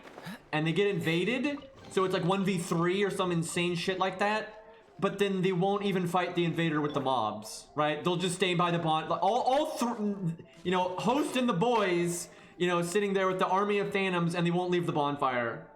It's just like, what the fuck? Like, it's just so boring. Like, the whole fun thing is like having the mix of PvE and PvP, right? I get it if it's like 1v1, right? But when you've got like such an army of phantoms, I will never understand that. It's funny too because when I and like if I'm on the other end and I'm the host, because normally I'm the invader, but if I am the host for whatever reason, maybe I'm playing with my brother or something, and we get invaded, we would go so ham on them. We don't wait around in the goddamn bonfire room. Like, it's ridiculous. You have such an insane advantage when you have the numbers. Like the mobs don't even the score really. I wanted to counter, but I messed it up. Okay, I got everyone's ult, so.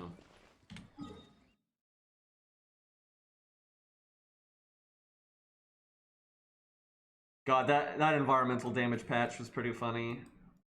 I almost wish they didn't change it because it was hilarious, but it was probably unreasonable. But I think I get what they were going for, and they even said in the patch notes they weren't trying to make it a bad thing; they were trying to make it a good thing. But if they want to accomplish that, what they should just do is make it do less damage to the person that cast it.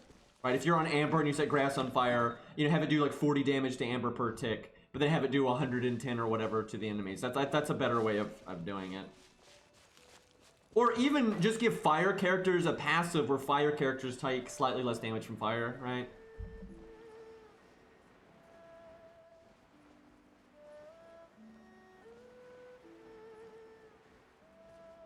One of these days we should do a thing with chat, like with Dark Souls PvP. I think you could have fun with that.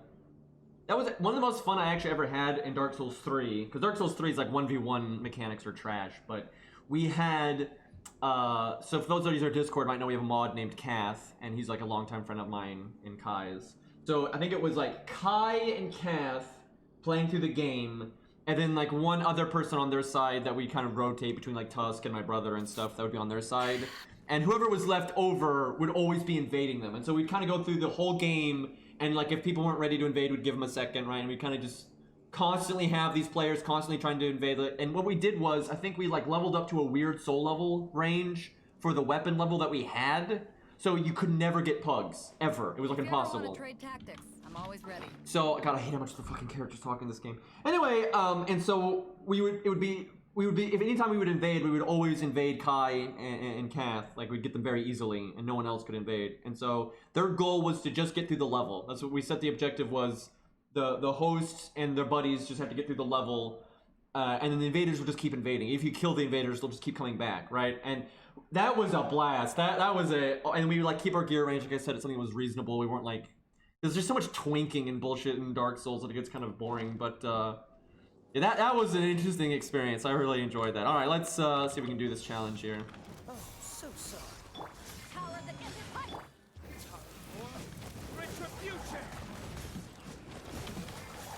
Oh my God, I should have cast this like forever ago. Well, there goes all of our fucking damage. What the fuck? Really? I had all that damage and then they just instantly started spamming their running around like a moron thing. And then I didn't have Noel's shield up, so I just got stun locked for like 3 years there.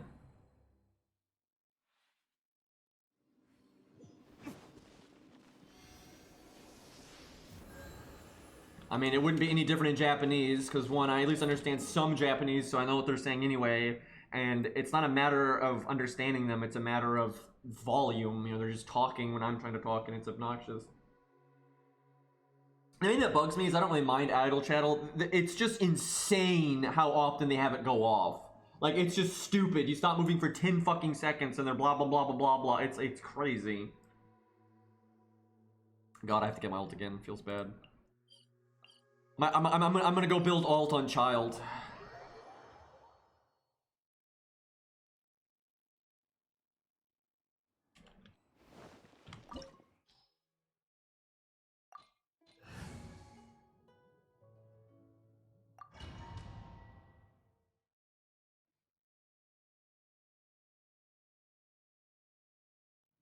This opportunity is quite hard to come by. Well then, amuse me. Surrender is a valid option. I promise. Not blocking.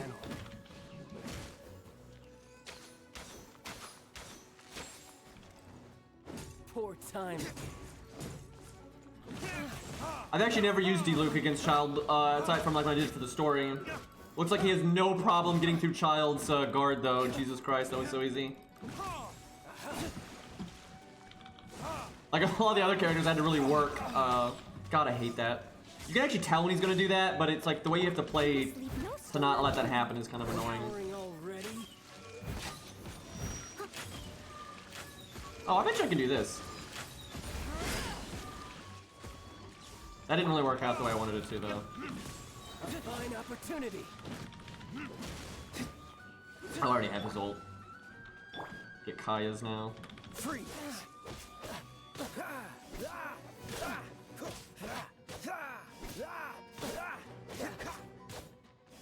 You've made some progress. Cool it. Passable effort. Poor timing. I actually haven't really fought Child with Kaya yet. Poor timing.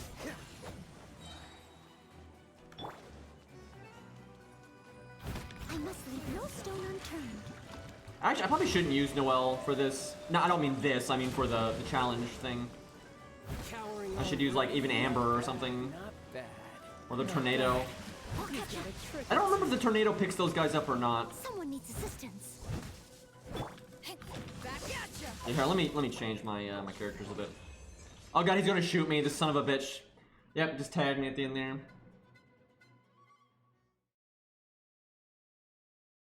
I do like Child, yeah, quite a bit. My favorite's still D-Luke, but Child's up there. I liked him so much more once they added like the new, like I liked him from the beginning. I never had a problem with him, but once they kind of like, you know, showed his full character when you fight him as like a boss fight and like the extra story and stuff, I was like, oh, he's Koja Bro.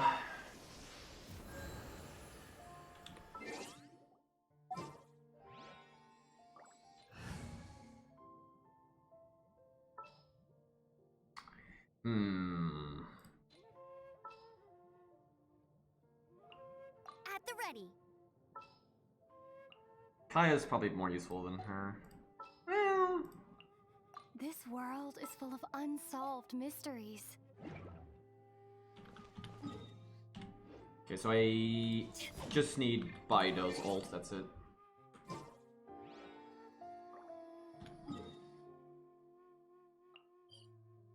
Yeah, I like Child quite a bit. I always like characters that have more to them than just one thing, and then they also really like combat, right? So.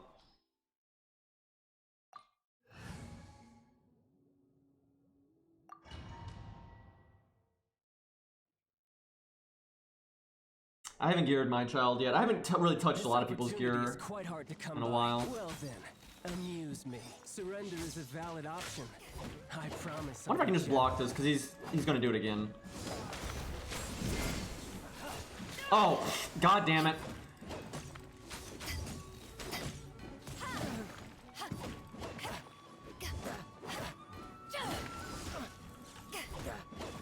Fuck, messed it up? Poor timing. A fine opportunity. I love that. That is so cool. Poor timing. Cowering already? I really like this boss though, it's a lot of fun. There's a lot of ways to cheese the shit out of it, but you know, that's how it generally is. Alright, there we go.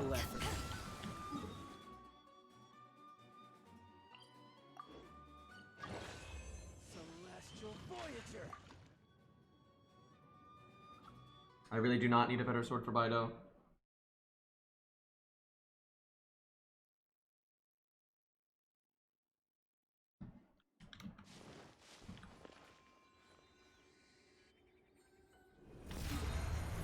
Oh fuck, what the hell would... What? Is this thing like just now recognized that it's at rank 10 or so? What the fuck was... Okay, anyway. Fucking statue trying to show off or something. Statue animation update, let's go.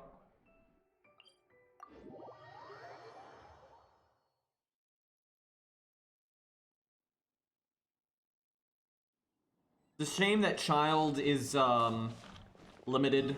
It'd be nice if I could just get spooked. Whenever I, you know, roll for Jean or whatever way down the line, it'd be nice if I could get spooked by him, but, no can do. I tell you, if they don't add a lot of characters that I like, though, literally once I get Jean, I'm pretty much good to go, right? So I can just save up then for, like, when Child gets readied up again. Because he'll get readied up again, like, of course.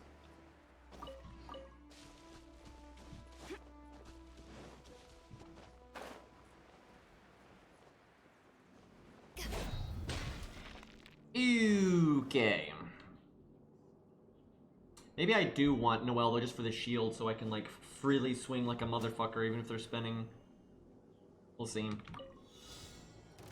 Power that isn't hyped on. Let it rain. Retribution!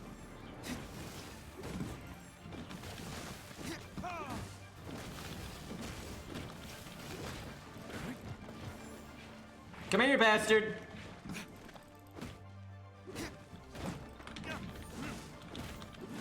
There we go.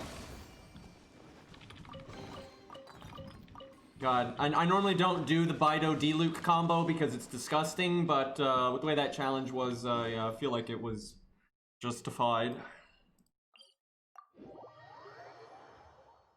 Yeah, no, Zaw, not at all. I don't think I'm ever gonna level her past level 1, and I don't think I'm ever gonna give her a piece of gear. I've never even looked at her moveset, and I don't really care to, I'm not gonna lie. Fucking lollies in my video games, man. Dude, I got a YouTube comment of some guy saying I should gear her up and use her anyway, and I'm just like, yeah, no.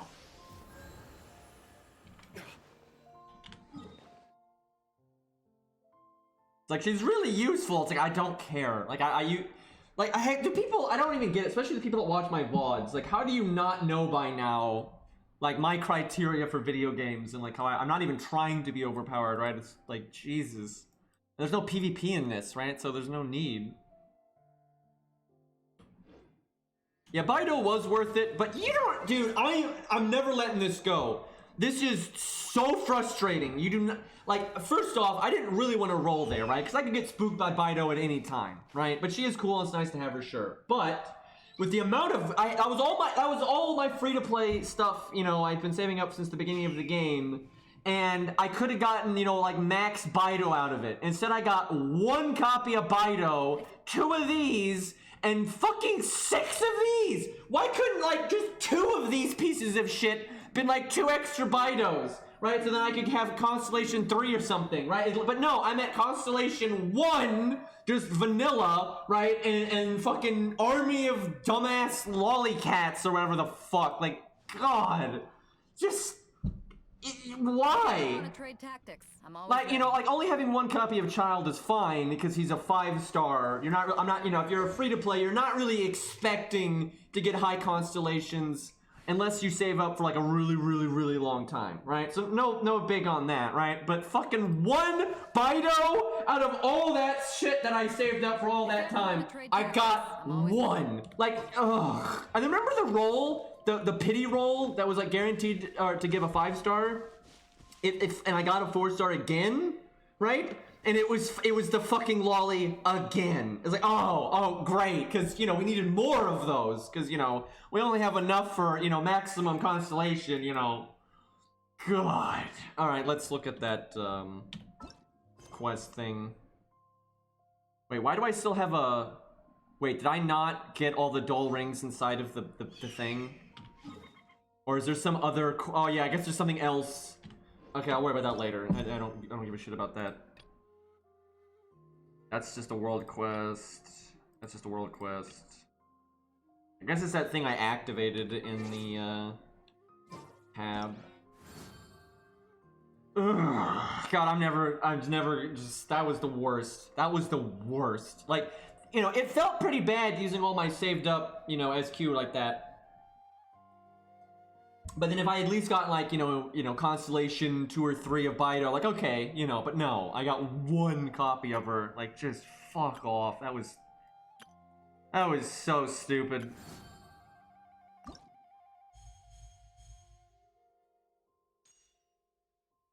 I mean, is it just these? Because these are just LOL, go collect a bunch of things. There's no reason to do these on stream. This feels like one of the worst UIs I've ever seen for an event, by the way.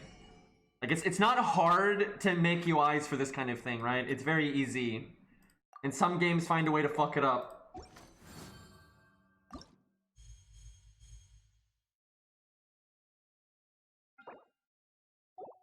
I mean, I think it's just these. Like, I already knew about these. Wait, what? That's so dumb. Who designs this? That is... Like, when you look at those and how you activate in the same way as the other ones, why would you even, like, think there's a difference? That's so stupid. Like, this is designed by an 8-year-old. Actually, I'm not even kidding. In today's day and age, which how many people, like, grow up with technology, there literally are 8-year-olds that, like, already know about, like, coding and shit. It's fucked up.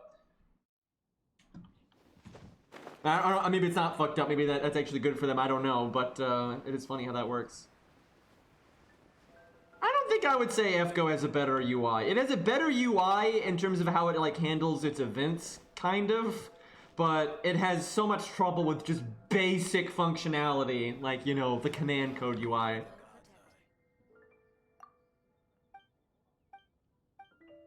I think Arc Knights has a pretty good UI. They've done quite well with how they handle that stuff. And Epic 7 actually has a pretty good UI too. Actually, I'd say Epic 7's is actually quite good. Unfortunately, that game has so many other things wrong with it, but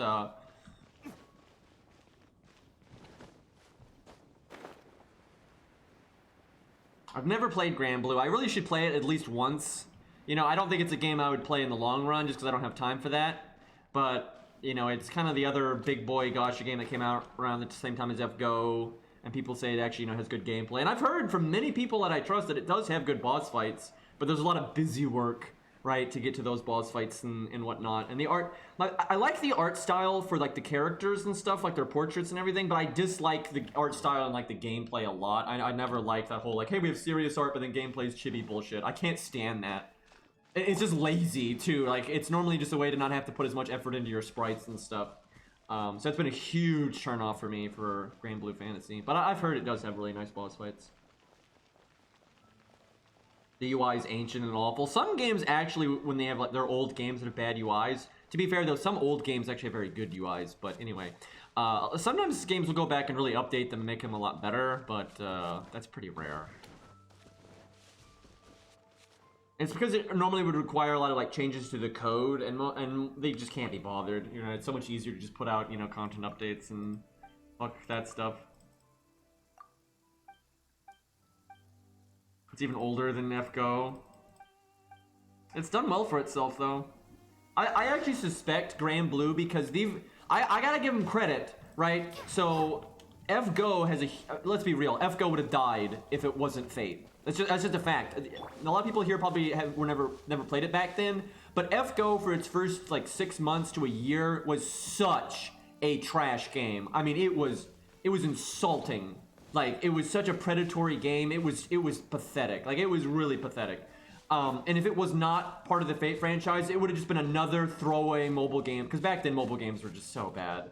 And it was just another trash mobile game that was a quick cash grab, right? It got saved by its IP, and then they lived it long enough to actually make the game better, right?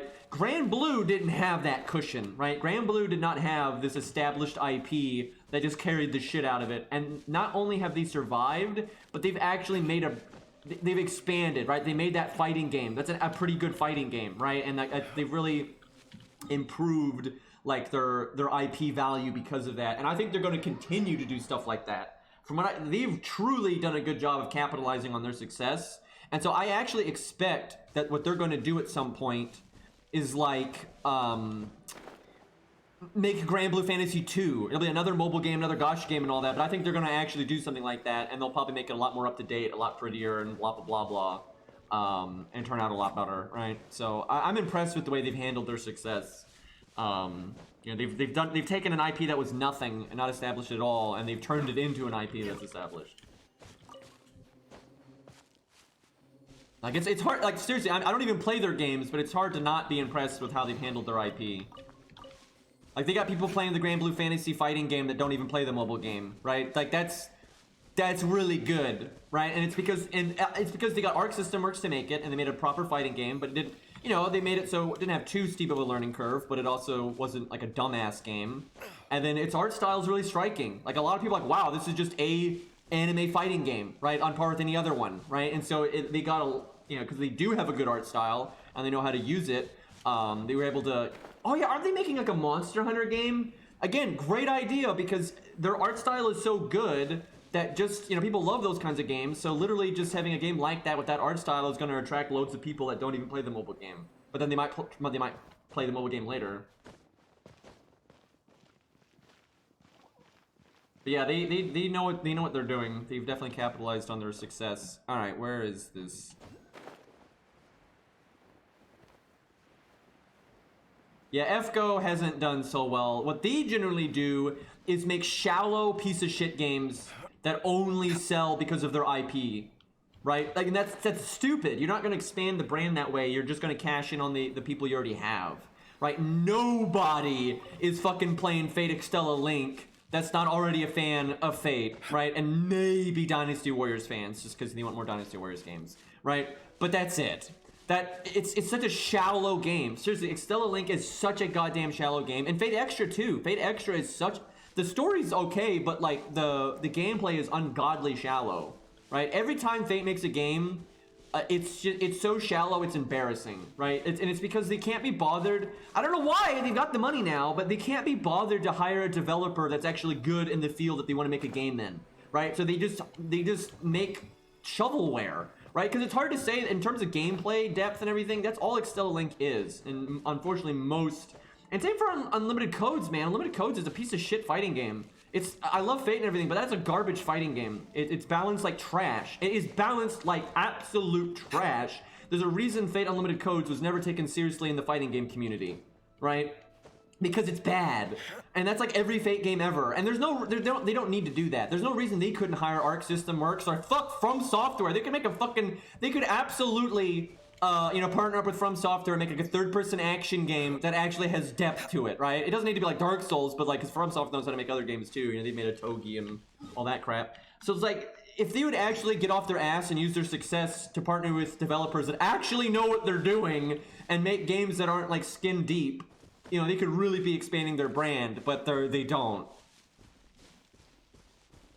Man, Unlimited Codes is fucking awful. It's fun for like casual, like just casual, like for a single player fighting game, you're not even going to notice it and there's not really a problem, right? And it's, you know, they have some fun alternate stories and stuff, right? And they have cool combos and all that, so there's nothing really wrong with it on a casual front. But a fighting game is never going to survive in that environment. You know, if you're a fan of Fate and you want to see the stories and just mess around with the combos and stuff, you'll have a perfectly good time with Unlimited Codes. But again, there's a reason it never caught on in the fighting game community, because it's bad. I mean, dear God, it's bad. Like, it has such problems with like bullshit loopable combos that should not even be possible, but they are. And there's like almost no character balance in that game. Like, that game is it's a fun game if you're not taking it seriously. I'll say that. It's a fun game if you're not taking it seriously. If you take that game even remotely seriously, it just falls apart.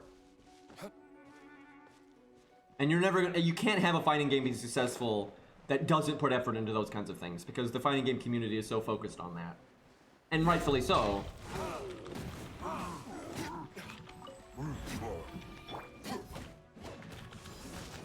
But yeah, Grand Blue Fantasy's over there impressing the shit out of me, making real games with real depth, and they're not afraid of making an actual video game that on top of that has their IP in it. Like, you know, I haven't seen their Monster Hunter game that much, but when I've seen it looks like it's going to be a perfectly serviceable, you know, Monster Hunter style game.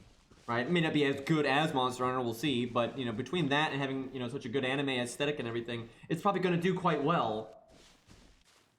Now, Melty Blood is pretty decent, but first off, that's not the Fate franchise, it's just the Natsuverse, and that was made long before the Fate franchise had even exploded, right? Because they're not Tsukihime, not Fate. Also, I think it was an accident, and then also look how badly they've managed their relationship with French Bread, right? They literally don't work with them anymore. And French Bread now works like with Arc System Works constantly, and they're best buds. And good for them, right? Like, they seem, from what I've seen, they have a really good relationship, and, you know, Arc System Works has helped them a lot and share technology with them, and, you know, they go to conventions together, and that's great, you know, better romance story than Twilight. But, you know, Type Moon completely lost, you know, their one good connection they had like that, they lost it, and they couldn't keep it. I don't know why, I have no idea what happened behind the scenes, but, you know, they completely lost French Bread, so, you know, good job, guys.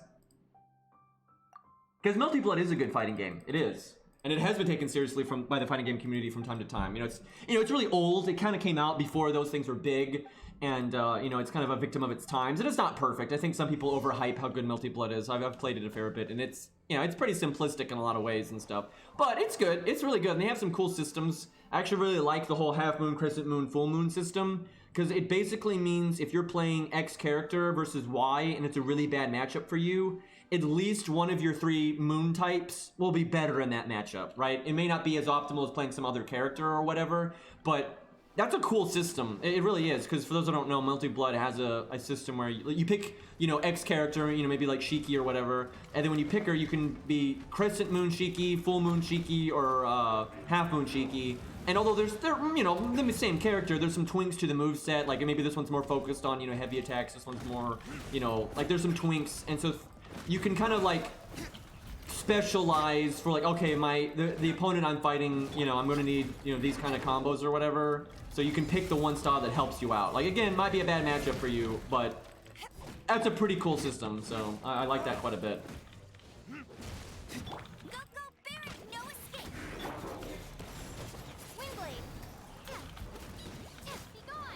Oh wait, no, I do have another element. Man, it's funny. That ult is so strong against enemies that it can pick up, and if you get enough like elemental combo going on in it, it can be absurdly good, right? But against enemies that aren't huge or like this guy that you can't pick up and are also not huge, so you only hit them like once or twice, it's so bad. Like it's so bad. But it is funny though, because there are times that it's like insanely good. It's one of the more specialized ults in the entire game, I would say. How was that a miss? What?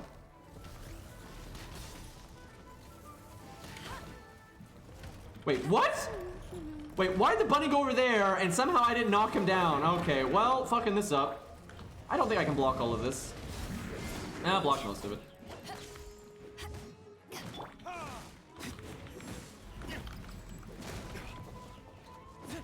Honestly, Amber's pretty good, man. People act like she's shit, and I will say, legitimately, she is kind of behind a lot of the other Archer characters.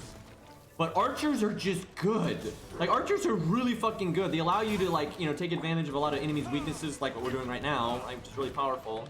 And honestly, the taunt's pretty nice. Like, yeah, it's not useful for everything, but there's plenty of content where the taunt is actually really handy.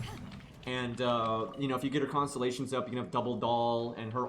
Honestly, Amber's ult is really powerful, and you can just set it and forget it. It's so easy to combo. It's like the easiest ult to combo ever. Like, use ult, switch to somebody else, and it's just going off, right? It's like nothing to it. I think the reason people had such a knee-jerk reaction and you know, thought she was bad or whatever was mostly because the other archers were so broken, and in comparison, she seems a lot weaker than them, but that doesn't mean she's weak, right? Someone like Venti being busted doesn't mean Amber is bad, right? And if it was a PvP game, you could say, oh yeah, Venti's just, you should always use Venti, and that's one thing, but this is not a PvP game, and not everyone has Venti. Yeah, people are really bad at distinguishing between being outclassed and being bad. They're totally different things, right? Now, sure, they have overlap sometimes. Sometimes you have a character that's being outclassed and is bad, such as Phantom of the Opera and F-Go, right? But that's just not Amber. I don't think any of the characters in this game, from what I've seen, are actually bad.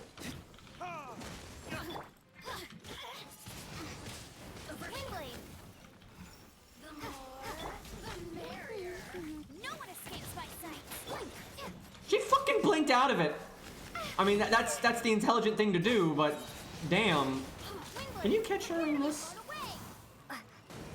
Oh, you can. Jesus, you could actually beat the hell out of her then with that.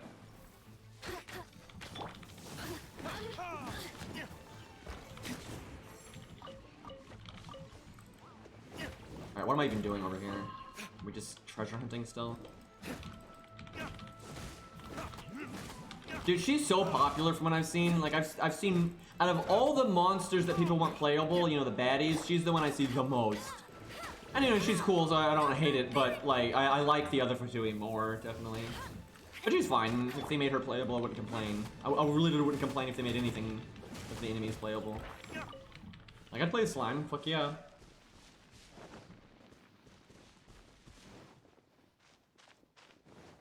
Actually, I think more people than you might think would play slimes. A lot of people really like that kind of art style and they enjoy those kind of wacky characters, right? I think a lot of people... How have I not done this spirit thing?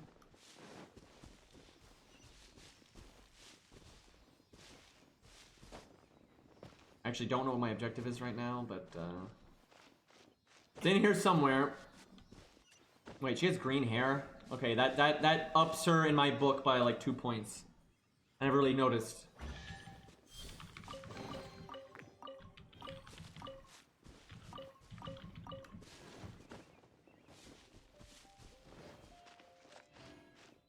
But imagine like some of the other Fatui with like a different paint scheme, you know, for their clothes and stuff. That also, if they had green hair, right? See, that would that'd be even better. Damn it! I was trying to like block right as he did it, but there's not much telling that. Like bounce, hit you in the face, headbutt thing. Damn it, I missed. 1-3-3-7 though, and then I just got hit by the explosion. I think this game will do any crossovers, because I know most, you know, gacha games are totally cool with doing crossovers with other IPs and just, you know, having fun with it, even if it doesn't make any lore sense, right? Unlike FGO. Did they? I think people said they did crossovers in their other game, so if they do, I figure they will do that eventually. They certainly have enough clout now. Like, I'm sure people would be happy to, like, literally almost all the IPs out there, I think would be happy to collab with them. So. Yeah, I really like the hammer guy and the wind counter guy too. Those two are my favorite, I think. I don't know, the big boys are pretty cool, and they're such a unique like style. Nothing in the game is like them, so. Oh, I'm looking forward to this. Imagine if they did a collab with Fate, but then, you know, Fate actually does collabs quite a bit. They just don't do them in reverse order, right? They're happy to put their stuff in other people's games, but not the opposite.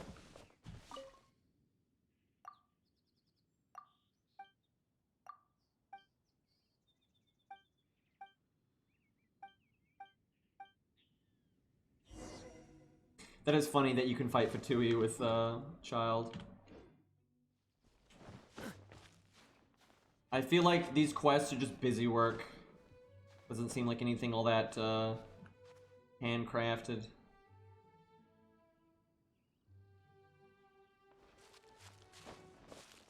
Why on earth would you censor the word nerd? Because people often use it in a good way, because this is the nerd community, right? Like, this isn't a jock game, so I don't really get the point of that. Also, that's just insulting. Like, people are too sensitive. They can't handle being called nerd. Like, come on. Like, we're not 5. They're just training new recruits, yeah. School of Hard Knocks, you know. We gotta be tough, you know. Someone needs assistance. I really dislike censorship like that, though, because I really think it misses the point of language. I say this all the time, but it's like, language doesn't matter, right? It doesn't matter what words you use. What matters is people understanding you and in the context, right? You can call someone a nerd in a funny way, or as a compliment, or, you know, like super nerd, you know, like someone's really good at math, and like my god, he's so good at this. And people do that all the time, or just as a joke. People, you know, jokingly call their friends, you know, all kinds of things, just, you know, messing around and stuff. So, it's like don't shoot the messenger. I think a lot of people understand why don't shoot the messenger is a good saying, right? But they don't realize that censoring words is shooting the messenger, right? It's not about the vehicle in which someone expresses their intent. The problem is the intent, right? And if you want to crack down on people being dicks and like harassing people, great, right? Nothing wrong with that, right? But that's what you got to worry about is toxic behavior, not the use of a specific word. Now, you know, some words you can say almost no one's going to use them unless they're being toxic, but some of that is because of our own attitudes about those words, right? And you know, I just find it's like fighting the symptoms instead of the cause is just so pointless, especially with language. I think it's so immature and stupid to give words so much power that you get offended by them instead of being offended by the context, right? I can understand someone being offended by, you know, an insulting context or someone belittling you or whatever, right? That's fine, and that's I get that. Getting insulted though by a vehicle, it makes no sense, right? That's stupid. Like, I think that's very immature, and it just shows that, like, it's such a... You have such a surface level understanding of, like, you know, human interactions even, which is sad, but I just see people constantly getting mad over words instead of why the words are getting used, right? Like, it's just silly. It's weird, too, because, like, such a basic thing you're supposed to teach your kids is the whole sticks and stones thing, right? Right, like that's such a basic thing, and yet I find adults today are over here screaming because they're offended because somebody said a word they don't like. And I'm like, really? Oh boy, am I glad I ulted there. He totally would have knocked me off the platform there. Like 100%. Was not ready to dodge and I was right there at the edge. Like I just got the trail of fire from the bird. Would you like to charge, sir? There you go. Too soon.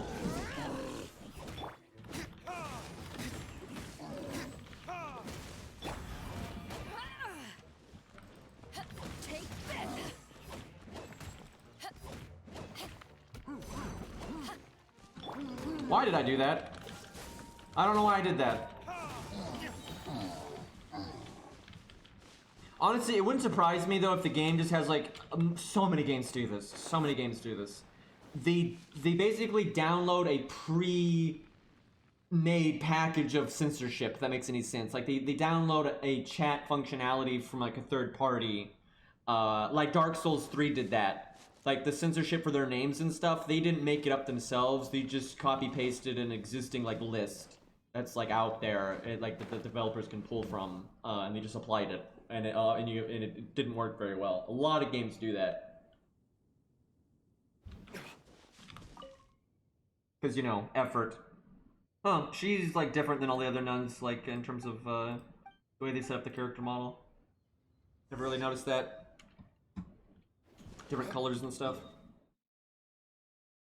They have other white nuns, but they don't have like the blue and that that specific look. Because there's a lot of NPCs that look pretty much the same, right?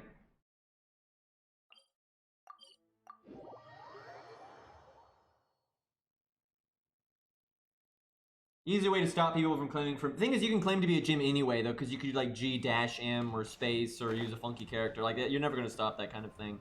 But the best way to deal with it is, you know, have in-game ways to make it clear, where like there's fonts and stuff that only GMs can use. Like if a GM is actually talking to you, you know, they have special fonts and things like that. And then actually let your players know that. Like literally, just make one of your loading screen tips and make it so it pops up in one of the first ones in the game. Just says that. Right? Like, that's easy. But most devs literally can't think to even do shit like that. Because, oh my god, that would require thinking outside the box for 5 seconds.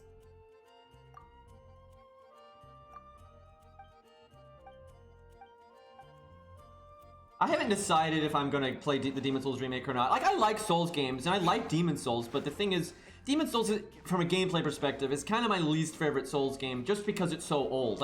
You know, from a gameplay perspective, it's just really basic. It's the easiest of the lot by so much. Like, it's so much easier than the other games. And like, it just like, you have things like the Torch Hollows in Dark Souls, right? They have like the really nasty flurry attack, they can charge attack, they can just kill you, right? Where the Torch Hollows in Demon's Souls have like the exact same moveset, but just way easier. Right, and it's just, and the fact that the Demon's Souls remake is just completely copy-pasted. It's just a complete copy-paste. Now, sure, I haven't played Demon's Souls in like 6 or 7 years, so, you know, it'd be fun to experience it again, and, you know, nicer graphics and everything. That's all great. But, you know, I only feel like I could really justify doing it if I had another reason to buy a PS5. And I can't think of any other reason to buy a PS5. Now, I'm a streamer, so, you know, yeah, maybe some games will come out in the future on PS5, and it'd be nice if I could just stream them. And I have the capture card and everything to stream a PS5. So, you know, maybe I buy one, but like right now, the only game I think worth buying is Demon's Souls. And I'm like, I already have Demon's Souls, and I've already played it, and it's never been my favorite Souls game to begin with. You know, sure, I like its music and its atmosphere. They're fucking top tier as all hell, right? I love that stuff in Demon's Souls, but the gameplay's pretty to me. I don't know, I haven't played it in so many years. Maybe it'd be fun to play it again. And just kind of, because literally, I haven't played it in so long, I don't even remember, like, how the quest lines work out. I don't remember, like, where to go. I don't remember any of that shit, because it's been so long. But I do vividly remember, like, because I remember playing it alongside Dark Souls and comparing, like, the movesets and everything. I was like, yeah, that's, like, the Torch Hollows are just so basic in Demon's Souls and things like that. Yeah, I couldn't get a PS5 right now anyway without spending $1,000, and I'm not going to do that. Like, I would never, you know, if you want to get that money, right, because right now Demon's Souls is hot, right, because a lot of people didn't play it back in the day, and so if you want to get them stream views, you know, you got to get it, like, right away. But I don't care about that shit. I can play it 8 months from now, or it doesn't matter to me. So I feel like I'll just wait for now, and we'll see. Honestly, it's probably, I'm just going to leave it up to my regulars, like my chat regulars. If they're like, yeah, there's there's PS5 games that we want to see you play, then I'll do it. Sure. Like, why not? That'll be fun, right? It's always fun to experience new games with my chat. But if there's not enough games out that people really care about, then I'll just pass, right? So we'll just see. Like, if I do get a PS5 though, then surely I'll get Demon's Souls, like of course. But I really dislike the music. Oh god, I can't believe they replaced the music. I don't even know why they did that.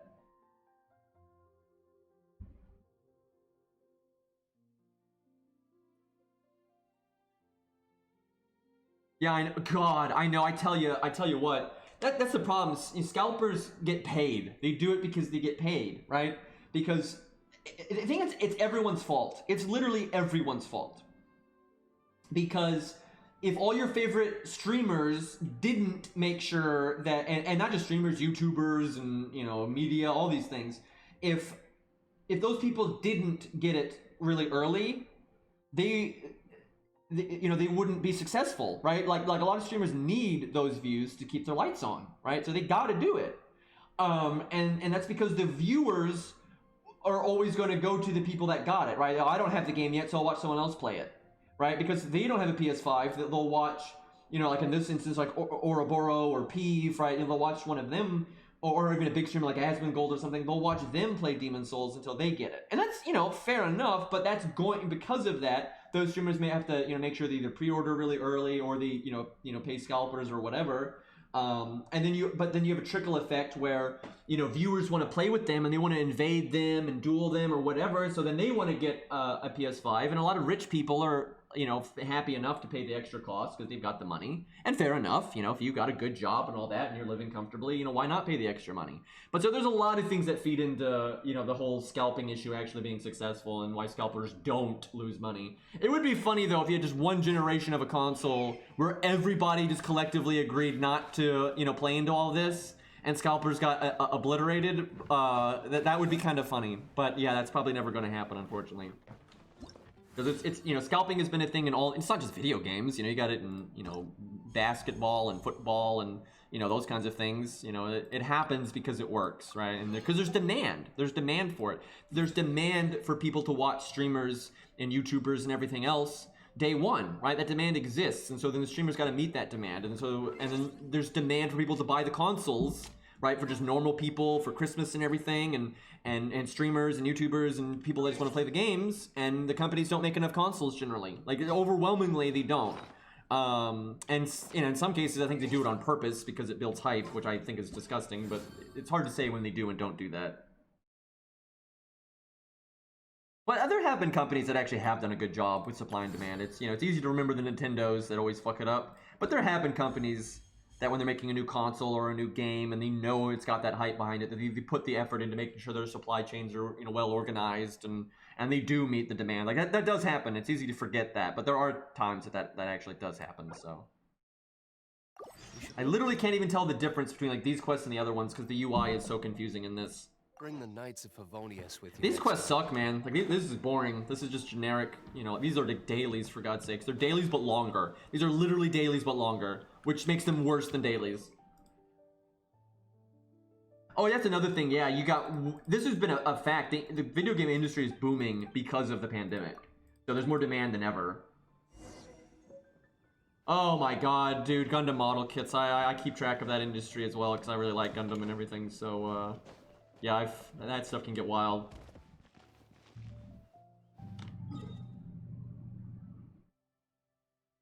Wait, do we have Guild Wars today? What is today? I guess today is Monday or something, isn't it? I thought it was Sunday, but I guess it is Monday. Is this wait a second. Didn't I already do my Guild Wars today? Am I losing track of reality?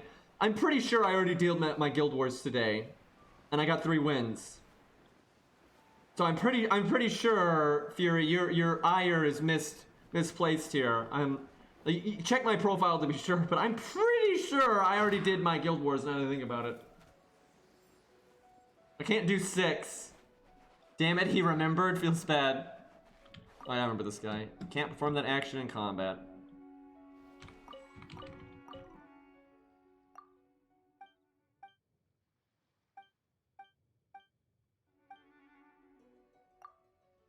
I will say, from a business standpoint, I should buy a PS5. It's just logical as a streamer, right? Because sometimes the latest and greatest game that everyone cares about is going to be on PS5. But I just don't care enough about that stuff to bother, right? So I'm like, if it has things I'm interested in, I'll buy it. And if it doesn't, I won't. So, and that's how PS4 was. There was just never enough games on PS4 that I wanted to play. There was a few, but just not enough. Speaking of which, does PS5 have proper backwards compatibility? Because if it does, you know, I can finally play Bloodborne. I've literally never played that game. Leave it to me. It does for PS4. Well, that's good at least. That's a boon. That's a boon, because then I could play Bloodborne at some point as well.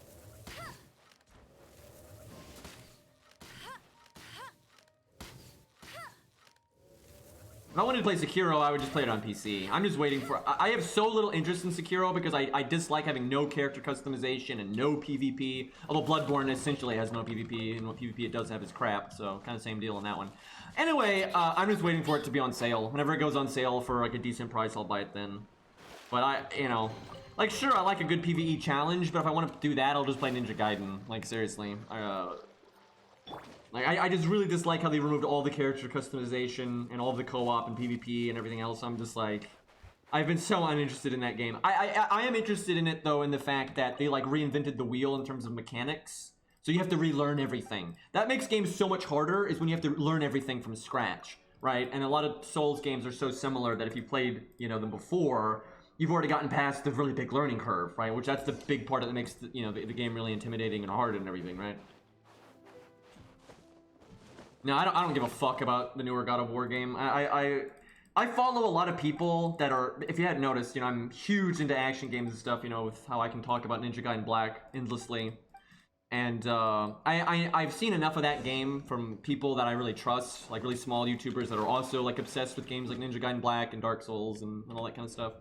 And that game just looks fucking terrible to me. Like in terms of like gameplay, it looks like, it reminds me of a lot of Platinum games where it's like really surface level action game where it's like it doesn't really have that much mechanical depth to it. It's like it's not completely brain dead, right? It's not, but compared to other action games, I'm like, this looks like I would so much rather play other action games than the new God of War game, and I don't care about the story at all. Like I don't care even a little bit about that.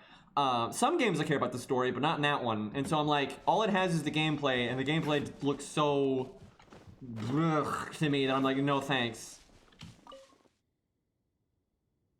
I don't even know what that... Oh wait, that ghost game, I remember that. I don't know. It looked pretty shit to me too. I'm not gonna lie, chat. I find most video games are shit because most video games focus on vibe and like, you know, how do I put this? Like, you know, selling the fantasy instead of having good gameplay. And I'm a person that I want good fucking gameplay, right? I'm a very mechanically... Why do you think I did, like when I did that boss fight earlier with the 9 pillars, I didn't care about the reward, and I was kind of disappointed because the gameplay was shit, even though the reward was good. It's because I don't care about that stuff, right? I don't care about story, I don't care about graphics, right? That's why everyone's all hype about the Demon Souls remake, is because the graphics are so good. I'm like, I literally don't care! Like, you know, it's like the gameplay is exactly copy-pasted, and I'm like, I never found Demon Souls gameplay that good to begin with, so I'm like, why do I care about this, right?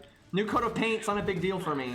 And I just find almost all video games, not all, of course there's exceptions, but I find so many video games are just like easy as fuck, and anyone could beat them, the game is holding your hand, and they jump through hoops to make it seem like they're not. They try to give you the illusion of choice and the illusion that like what you're doing matters, but none of it does.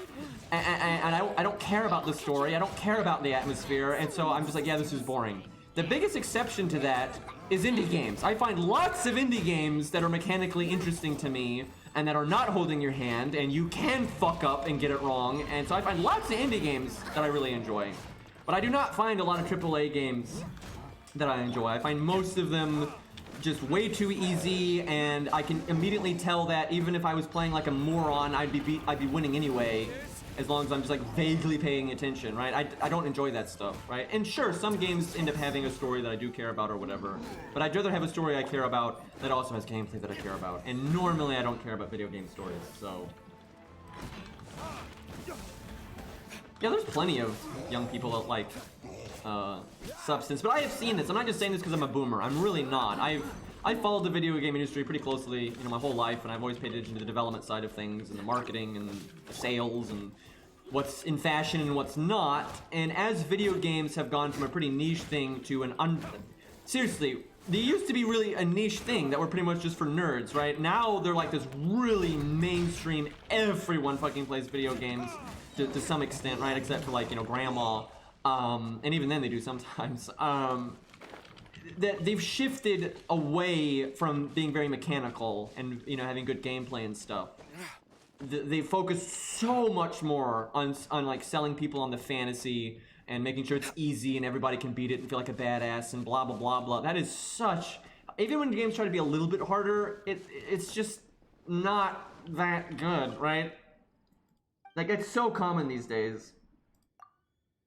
Like, I've blatantly seen the video game industry shift into being way more like user-friendly and easy and all that, and that just makes them boring to me, right? So I'm not all that interested. I do find video games though that I like from time to time, of course, but it's pretty hard. People always ask me about these new AAA games that are coming out, and they're always just like that fucking Death Stranding or where the fuck that was such a joke of a video game. Like, good God, dude.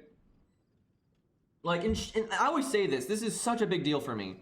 There can be a game that has an absolute, you know, boring, hold your hand gameplay that anyone could beat if they just put in the time, right? But you might really like the story and the characters or the music, and that's fine. But I cannot stress this enough. If I want to enjoy atmosphere, or if I want to enjoy music and just the story and the characters, sure, that's great in video games too. But if that's all I'm gonna get, I'd rather go watch a TV show or an anime or read a comic book or a regular book or whatever, right? If I'm looking for story, atmosphere, you know, those things, you know, absence of gameplay, I would rather go use literally any other medium than video games, right? What makes video games awesome and why it's one of my favorite mediums is because it does have the interactive element, right? And you can have choices and you can fail and you can find things and miss things. But what I find has happened to a lot of video games is they want to make sure everyone finds everything and everyone experiences everything, even if you're a fucking moron. And I see that even in Genshin Impact sometimes, right? There's a lot of stuff in Genshin Impact where they're like trying to make sure Dumbo can figure it out, right? Like, they have yet to really do, like, the puzzles. Every puzzle in Genshin Impact is a joke so far, right? They have yet to really do anything with them, right? And it's like, what's the point? If all of the puzzles are this simple, what's the point of even having them? Because like, there's nothing wrong with liking atmosphere and liking music and liking story and liking characters and all that. But like, I think it's pretty hard to argue that if it's a video game, the one unique thing about video games is their interactive element. And if you're not using that in a meaningful way, you shouldn't have made a video game, right? Like, it's kind of like the opposite. Imagine a comic book that has like awful art and has an awful story and has awful characters and has awful action, right? So what the fuck is the point of that, right? Like oh, but it's got a good cover, but the art outside of the cover is terrible. Then like, why did you make a comic book, right? Like, it doesn't make any sense, right? If you're gonna make a movie, you know, it's a visual medium, right? You need to focus on that. Then reading is not entirely a visual medium, right? And so you need to focus on different things, right? So you gotta play to your medium strength. Don't make a fucking video game if you wanna make a movie. If you wanna make a movie, make a movie. Alright, we got one more of these fucking boring ass things to do. I'll be really glad when this part of the event is over. So this part I think is just to hunt them down. So that I can do off stream. Although even, fuck, this other stuff I can do off stream too. And these are the quests. Do not understand why they did it this way, but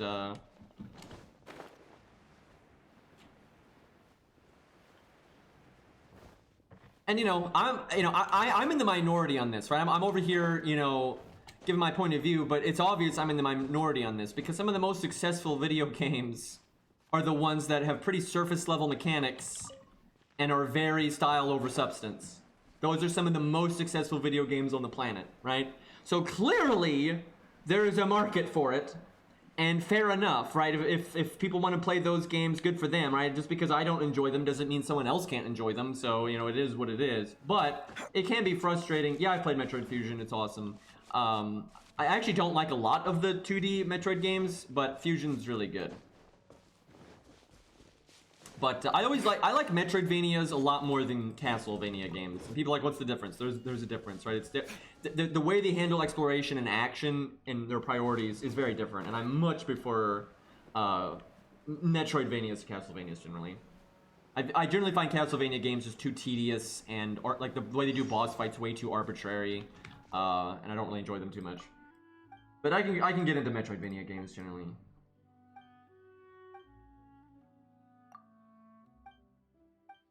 Yeah, I don't like console exclusives, so what are you gonna do? The only good thing about console exclusives is they can, not do, but they can incentivize, you know, Sony, Nintendo, Microsoft, and stuff to focus on quality first, right? Like, a big part of, like them or not, FromSoft makes pretty good quality games, right, that are gameplay focused, right? Like them or not, they're that. And a lot of companies will pay them to make a game like that as a console seller, right? Where otherwise they might not. And Sony themselves a lot of times will fund games and stuff where they'll want the developer to make a quality game instead of making a DLC platform or whatever the fuck, right? So exclusives oftentimes get good games made because there's an incentive to make a good game instead of making a DLC platform. But it still sucks that you have to buy a relic. Like, seriously, the PS5 is not a technological masterpiece. It's not. It's just not as much of a piece of shit as the PS4 was, right? Which was not as much of a piece of shit as the PS3 was. The PS5 is not revolutionizing technology in any way. It is already an antiquated piece of... it's a rock, right? We already have graphics cards and processors and all these things that are better than what are in the PS5, right? Like, it's silly. The industry is, like, being held hostage by video game consoles. And, like, you have a lot of games on PC that can't be as good as they could be because they have to make sure that it can at least vaguely run on console. And so the industry standard for video games is whatever the standard for consoles are, which is hilarious because consoles are not surprised. You know, there's nothing in a console that can't be put in a PC. It's just graphics cards and processors and hard drives, right? It's the same shit, right? And it's not like companies make these brand new products and brand new graphics cards and stuff using technology that can't be applied to literally anything else. And consoles are stagnant, right? What do you think of turn-based combat? I only ever see you play... I like them. It depends on what they are. I've enjoyed some turn-based games. You know, I've enjoyed some Fire Emblem games. I like Path of Radiance and Radiant Dawn. I like that old game Lords of Magic a fuckload. I've played various ones that I like. I've played some turn-based Gundam games that I like and things like that. They're not generally my favorite. It depends, though. I mean, I've played some turn-based games that I super crazy enjoyed. I mean, FGO's turn-based, right? Like the Zeus boss battle. The Zeus boss battle is awesome, and that's such a completely turn-based experience. And you know, it's fun. I don't generally like turn-based games though that just have a ludicrous amount of busy work just cause. I get so bored with games like that, it drives me insane. Like, okay, can I not be frozen for 2 seconds so I can kill the shamans here? Anyway, yeah, turn-based games that just have like mountains of busy work for like building management and stuff, I get so bored with those games. I just don't fucking care. And I find a lot of turn-based games are like that. But I like a degree of management when it has like meaning to it. Right? And it's not just busy work to make the game harder just cause. But if it has like meaningful choices you can make and different ways to play, and it's not like bogging you down in menus, and I can enjoy that kind of stuff. But yeah, I really liked for Fire Emblem specifically, my favorite turn-based game is Path of Radiance. I like it more than Radiant Dawn by a lot, actually. Radiant Dawn is good, and I like all the characters and stuff. It's got a much bigger roster, and it's got a better skill system. But I find Radiant Dawn has so much filler in it, because they're expecting you, every time you acquire a new character, that you've managed them like trash. And so like that part there's this part, there's just so many stages in Radiant Dawn where it's obvious that the devs are giving you a filler bullshit stage full of a million enemies for you to farm in case you have a character you want to level up that you didn't level up earlier. And then when all the three factions combine, they give you like a million of those stages. It's awful. It's boring. There's so many stages like that in Radiant Dawn. And there's just so much busy work in it. It's a shame, because I think Radiant Dawn is literally Path of Radiance with a better skill system and more units. But I think their level design is not as good, and there's a lot more filler. And then also you'll be really into like one faction, and then you have to play a different faction that you don't care about. And it's like, oh great.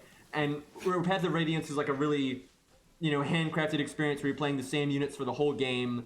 And I truly think the level design in Path of Radiance is just way better than Radiant Dawn. And they have like really fun side objectives. Like you have that one level in the jail where you can play it as a stealth level if you want to, and you can get bonus XP for not alerting any of the guards and stuff. It's like Path of Radiance was just such an inspired game, where I feel like Radiant Dawn was like, let's do more of that. That's what it feels like.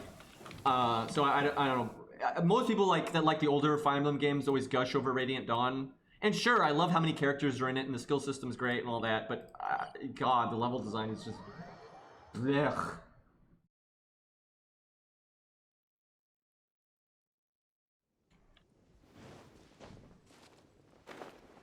Yeah, it'll be interesting to see what Sony does. I wouldn't even be surprised if Demon's Souls ends up being a timed exclusive, and they actually do put it on PC just to hit a bigger market.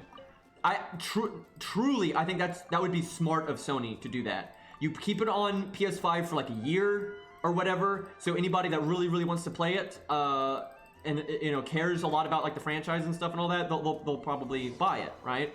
But yeah, there's a huge demographic of people that are never going to buy a PS5. It doesn't matter what video games they're on. They're happy enough with all the games that come out on PC all the time, and they're like, yeah, I'll just play these. That's a huge demographic of people, right? So why not hit that demographic down the line? Once people have had their timed exclusive and had their, early bird fun and the games die down and all that, then you put it out on PC and you hit a brand new market that was never going to play it in the first place. Like, seriously, that makes sense to do that, right? And I think Sony and Microsoft are starting to realize that it doesn't make sense not to sell their games on PC. Because there's just so many people on PC that are just, no matter what you do, they are never buying a console, right? And you might as well tap into that market with all the video games you make. But, yeah, Microsoft is the one that I've seen do the best with that. They're starting to really understand that there's literally no reason not to sell their video games on PC now. And you can wait a while if you want to, because, you want to push systems or whatever. Here's an example, though, with Nintendo. I think Nintendo is just blatantly missing an opportunity here, right? They would rather occasionally bring out their old games on their new console, but Nintendo does not sell consoles at a profit anymore. They sell them at a loss now, just like everyone else. So it doesn't really even matter to have an installed user base on your console. Like, it's really not that big of a deal anymore. And so, like, they remake Super Mario Sunshine to be on the Switch or whatever, after so many fucking years. But then once the Switch isn't relevant anymore, it's going to die again, and they're probably not going to instantly remaster it for the next console. So why not put it on PC? Like, literally, why not? Nintendo has this massive library of old and beloved games that if you put them out on Steam would make so much money. You put out fucking Mario 64... and Super Mario Sunshine and like Melee, Smash Brothers Melee on PC, put them out on Steam, not some bullshit store that no one wants to interact with, you will make an ungodly amount of money. I guarantee you, if you put out like Smash Brothers Melee, super old game that's not available on any like modern console, if you put that out on Steam, it's gonna be a top seller on Steam for ages. And every time it goes on sale, it's gonna be a top seller again. Literally, once you've gotten like the exclusive value out of it, you might as well do that. There's no reason not to. And Nintendo has this backlog of video games like that every time they could literally just trickle out old games on Steam every once in a while and just make a killing, right? You put out Melee, then you put out Mario 64, then you put out Mario Sunshine, then you put out like Fire Emblem, Radiant Dawn or Path of Radiance or whatever. Then you put like you literally just and then like a Donkey Kong game. Like, why not? Like, literally even the handheld ones, right? Like, there's no reason to sit on an IP, right? If you've got a game on a dead console, like all the Donkey Kong games, right? They got all these like handheld Donkey Kong games and ones from like the older consoles that are super beloved and people like them a lot. But there's no convenient way to play them. Why not just put it on a PC then, right? Nintendo literally has too many games like Donkey Kong like that. They have too many to even count. I could never mention them all because they have so many, right? So literally, why not put a little bit of effort into porting them to PC and put them out on Steam and then just make buttloads of money? And again, Microsoft is starting to learn that. Now, Microsoft doesn't have a beloved catalog like Nintendo does. That's just, you know, they've got like Halo and Fable, like Fable 1 and nothing else, and then, you know, a couple other random games here and there. They don't have that many, right? And they had a few games on some of their newer consoles that, although weren't like cult classics, were still liked enough that they did put them out on PC. Like some of their newer, you know, Xbox One games, they eventually put them out on PC, and they did decently well, right? But Microsoft is starting to wise up with these things, but like I said, they don't have the beloved catalog that Nintendo does, so... I think Nintendo will do it eventually. It's going to take... they're just slow to catch up with the time. I think eventually all of the big game companies are going to realize there's literally no point in not using the catalog that you have. But like, there's never mind Nintendo, Microsoft, and Sony. There's all kinds of video game publishers and stuff that have like old video games on old consoles that no one ever is going to play again, that they could put, you know, it wouldn't take that much effort to make a good PC port for them, right? And then just put them on Steam and then make free money off of them. And then over time, you're going to build up your library like that. And every time those games go on sale, you make money off of them again, right? Might as well, right? Because PC is eternal, right? In terms of like, please tell me I can land on, oh my god, I can't. Fuck! Okay. Anyway, but you know, PC doesn't have like console cycles, right? So if you have this massive library of old games, it's going to make money for you like forever on PC, especially if they're on a platform like Steam that is like user friendly and people actually care about, right? Where your new games, if you want to make those console exclusives, sure, of course that's going to annoy people, but that'll move systems if you want to do that. And so if your new, you know, games that came out this year or last year or whatever, if you want to keep those on your dumbass console, sure, you know, fine. But that backlog that you've already abandoned, you might as well make money off of it. I think Nintendo will be the last one to do PC. Because Sony's already starting to eye the market, and they've started to put a few games on PC, and Microsoft's starting to put a lot on PC. Nintendo hasn't shown any interest in really doing that at all, so I think they're going to be the last one. And PC's not as big in Japan. PC's growing in Japan. PC used to be like almost no one gamed on PC in Japan for so long, but that's starting to change. So yeah, eventually, but I don't think it's going to be a while. It is going to be a while.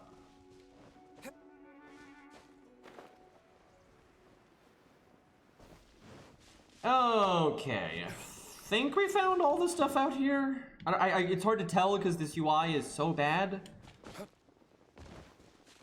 God damn it, I gotta switch to the Wind MC. Every time I see those, I know I need to collect them because if I ever get, you know, I'm saving up for Jean, right? So whenever she gets rated up, hopefully I get her, and then I know she takes a million of these, so I gotta get them while I can.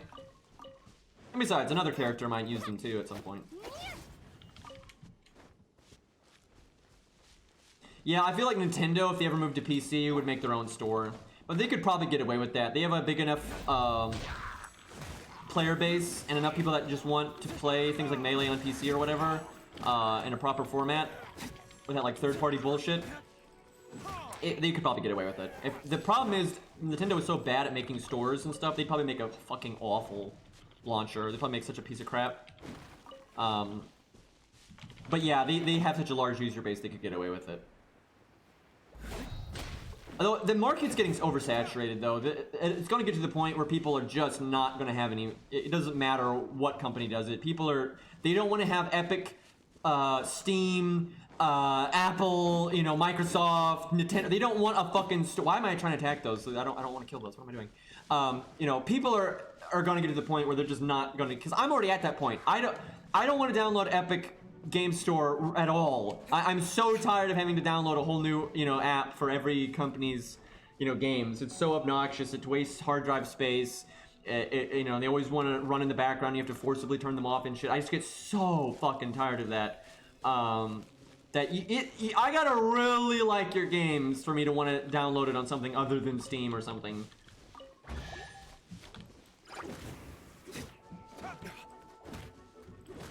Because the thing is, I think companies are struggling to understand is people have the choice. There's enough games on every platform and every, you know, medium.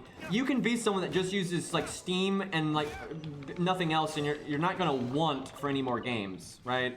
So it's like a lot of people just don't care. They're not. That's why games sell better when they're on Steam than Epic, right? And Epic is doing a lot of things to try to establish themselves, like putting out free games and all kinds of shit, right?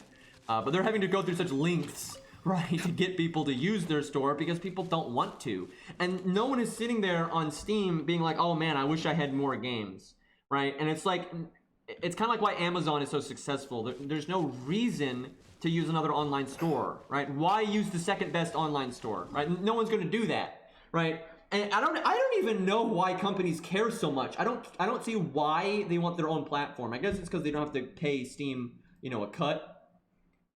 But the amount of eyes that get on your product if you are on Steam, it doesn't really make sense to try so hard to make your own platform. That's why literally every company ever though tries to make their own launcher. It's funny too because you don't need game launchers, by the way. Like they're unnecessary.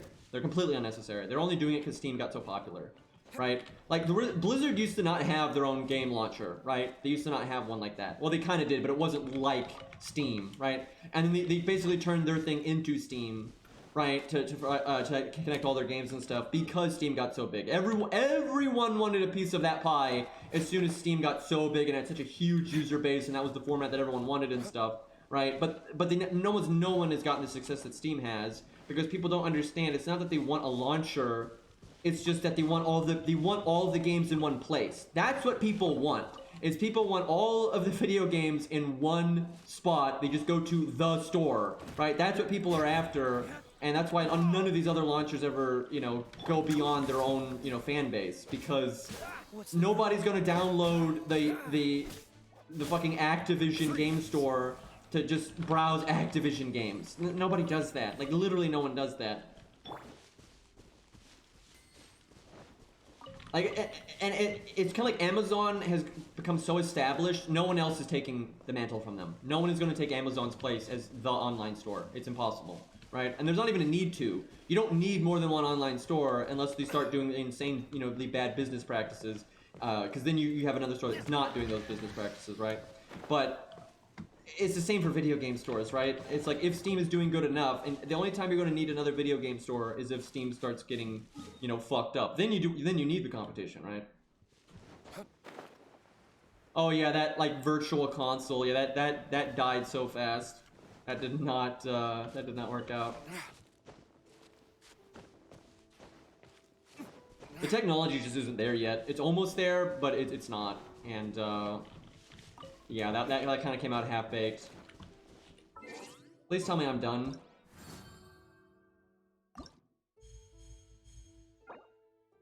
Okay, have I already gotten the rewards from these so I don't need to do anything else with these? I think so. Oh god, more of these are gonna unlock tomorrow. Oh god, these are so bad, dude. This is dailies, like, but again, they're worse than dailies, so please, god, please don't make this the basic format, because, you know, FGO uses the same event format forever, right? Please don't make this the generic format that they're going to start using forever, because this is bad. Like, this is dumb. You know, the shop and stuff is fine, sure, but oh my god. Like, I want more handcrafted. Like, I would much prefer less events. This game's not like FGO, where I need to play it every day. You know, this is a fully fledged 3D game, right, with, you know, proper action combat and stuff, so it's like, I would rather them take their time, and when they put out an event, it's, you know, really good, right? Kind of like how the side quests, you know, the side quests I wish were a bit harder and stuff, but like, they're, you know, pretty handcrafted, you know, content.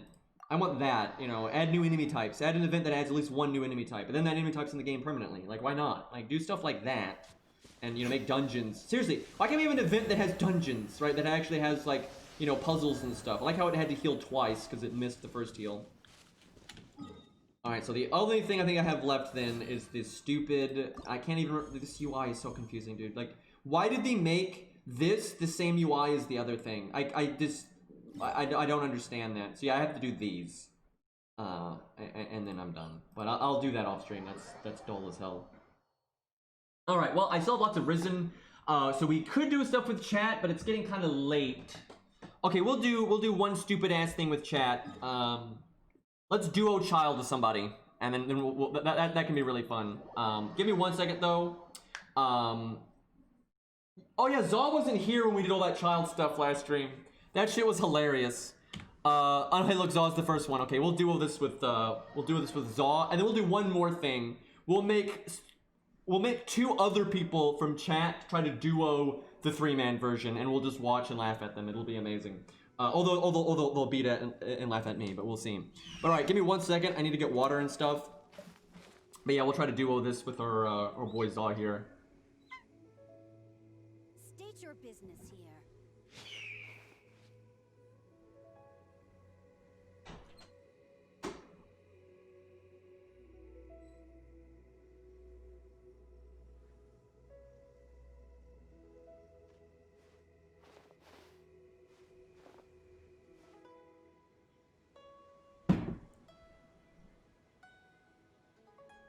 State your business here.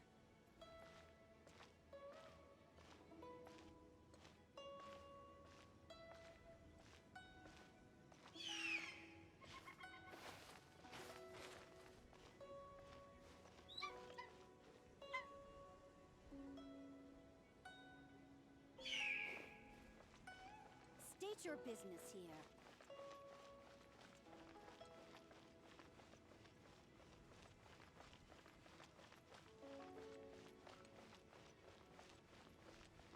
So I just thought of something, chat. You should really I bring think it would be awesome for like community stuff. So they're not going to do this. They're definitely not going to do this because this requires way too much thinking.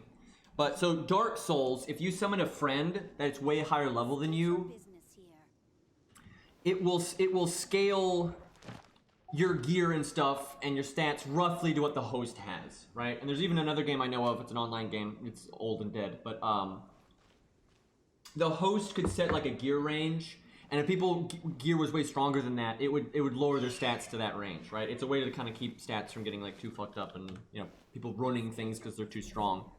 And so you could do things like pick people from chat, you set the gear rank to something that you think is reasonable, like regionally scaled against the boss, so no one can overstat it.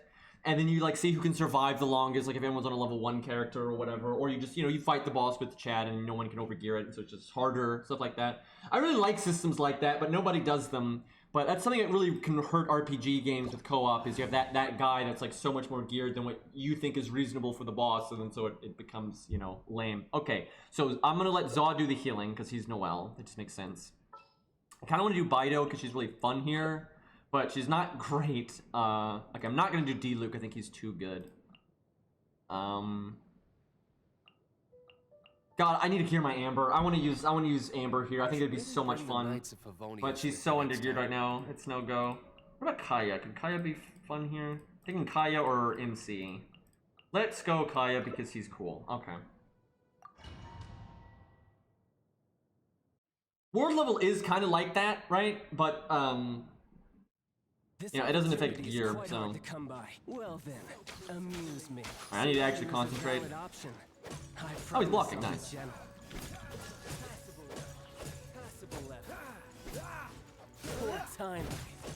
Well, he's got. Wait, we could not. I don't know why I couldn't break that. So he could start shooting his bow at any second, so I stopped. But I thought he was either going to counter or we would break it, but it wasn't happening.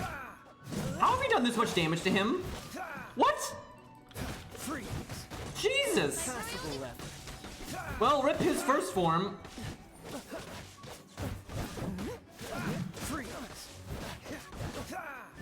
Yeah, I guess my Kai is doing more damage than my Wind MC. This is actually kind of sad.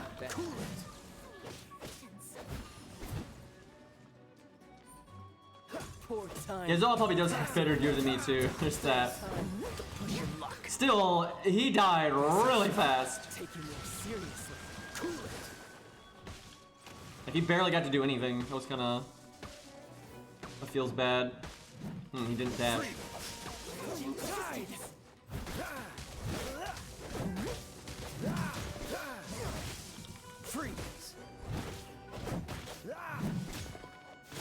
All you do is run. Freeze. Should have dodged the other way.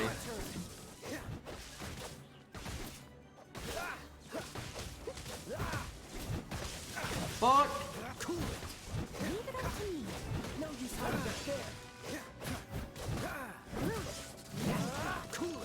Wow, he's already... Wow, we're just eating this man alive. God fears Noelle. I mean, I don't blame him.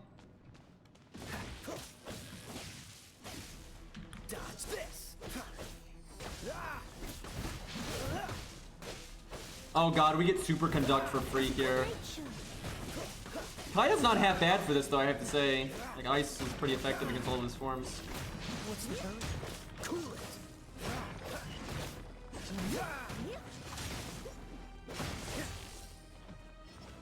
Freeze.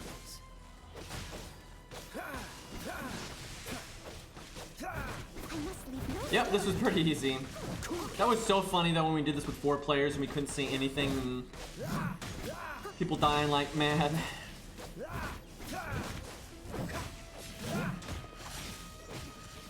Oh. Freeze.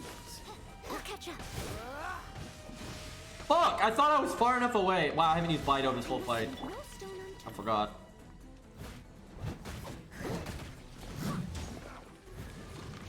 I don't think she can block that. I'm not gonna lie. Oh shit! Thankfully I iframed that, but yeah, I don't think I have enough health to.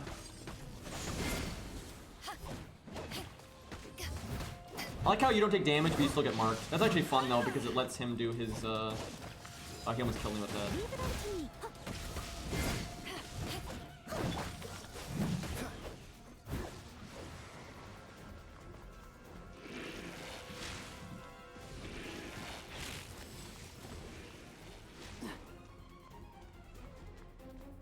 Die. He dodge this. I wonder if she could block that one though. Probably not. Freeze. Leave it up to me. I thought he was doing the turnaround attack. Excuse me. Freeze. Well, that was a beatdown. Strongest mate ever, by the way. Kind of forgot we can actually get loot from this place. Yep, that was pretty easy. We should probably dial our gear back next time.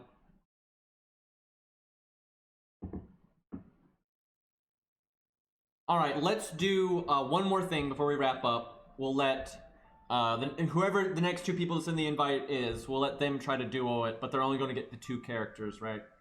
And they'll be trying to duo the 3-man version, so that'll be rather rough. And we here we go. And then we get okay, here we go. Decent levels. Sorry, Gabe, you were so close. Feels bad. Gabe's always we could have them. No, we'll do duo. I think duo is a good number. So you could have them 3-man, the 4-man version, but that's probably not enough. Do we keep Zaw here so they have to duo the 4-man version? Or is that too mean? And it might add lag. That's the one problem. It might add lag. I'll leave it up to chat. If we could let Zaw hang out, and that way it makes the stage even harder. But it might make it lag.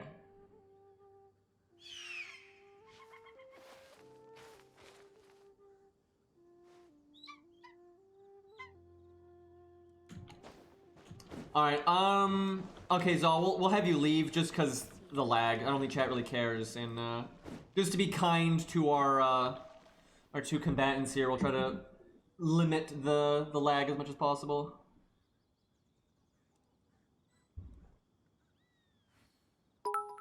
Hey, Finn, thank you for the 200 bits, man. That's 400 today, I think. Guess we can rest a bit. State your business here. Thank you, man. I really appreciate it. You know, I ramble a lot, Finn, but, you know, what are you gonna do?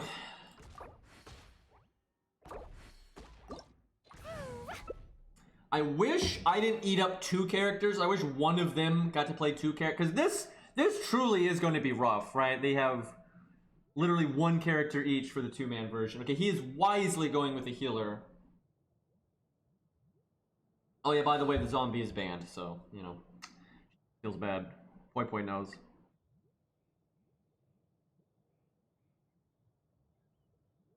Waiting for him to ready up here. That's true. I could join someone else's world. That's another way we could do this kind of. That's not a bad idea. This opportunity is all right, quite I gotta. hard to come I should have been Noelle, just to hang back, but. Surrender is a valid option. I promise I'll be gentle.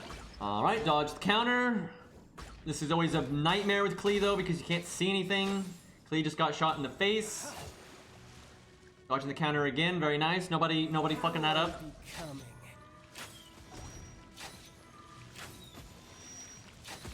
I guess he always shoots at the person that he marked. Because he doesn't even do that attack if he's not marked. Cowering already?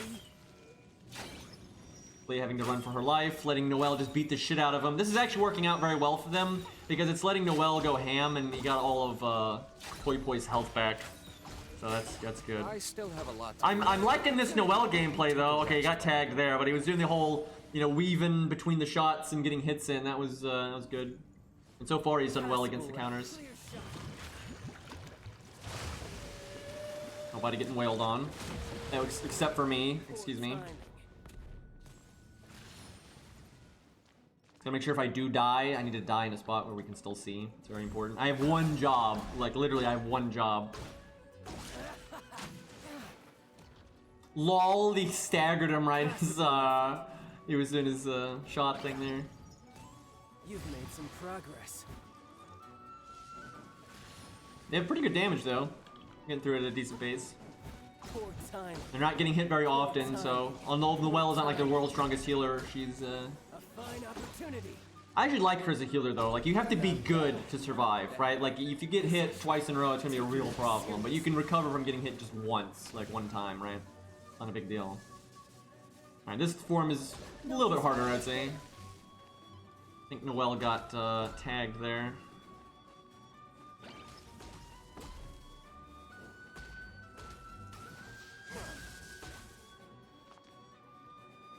All you do is run. Oh, right, if I brought Noelle, I would have stole their healer, you're right. That would have been pretty fucked up. Whew. I do feel like they're, I don't think their damage is particularly too strong. I think they're a little too tanky, though. I feel like if you get hit twice in a row, you should either be almost dead or dead. Although that did 9,000 damage. See, now that one-shot me, by the way, when I was trying to solo this. If I got hit by that, it would fucking one-shot me. And I think rightfully so, because there is a way to, there's two ways to not get hit by it. I think the Ice Lolly is the worst healer in the game. Like, she, and I mean that as in she's the best healer in the game. She's so good at healing, it's boring, right? You can't die, right? You're never gonna lose with her as long as you're not a complete moron. So we actually ban her when we do co-op stuff just because it's like, it just destroys all of the fun in anything.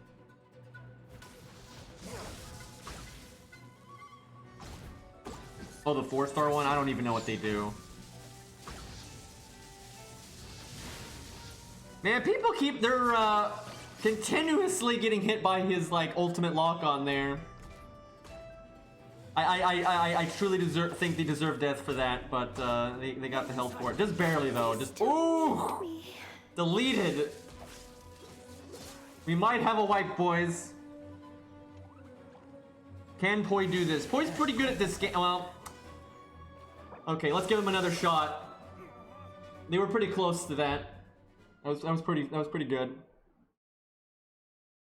You're trying to, you know, on the Noelle there. I enjoyed all that weaving nonsense they were doing. That was good. Let's let them let's give them another chance here.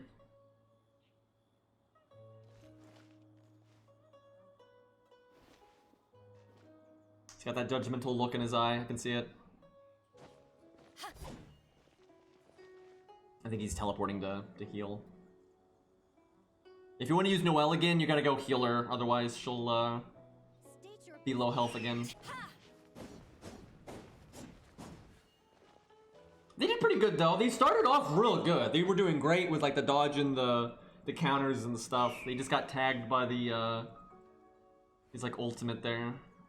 Alright, I guess he doesn't want to heal his Noelle, so that's how he wants it.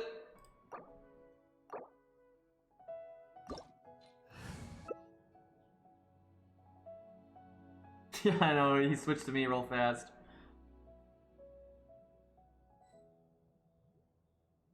Declined the invite. I still have a Oh, is that commentary? Is that you? I didn't know. I didn't recognize the name from anyone in chat, so I wasn't sure.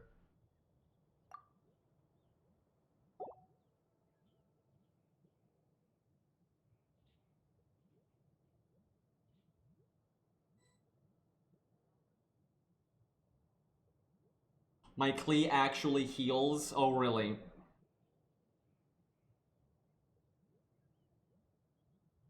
By the way, so far, I would say Klee is the best kid character in this game. That's not saying a lot.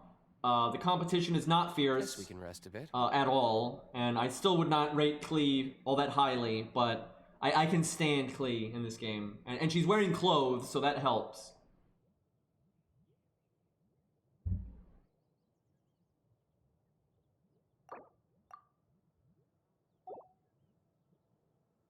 I actually really enjoy watching other people duo. It's fun.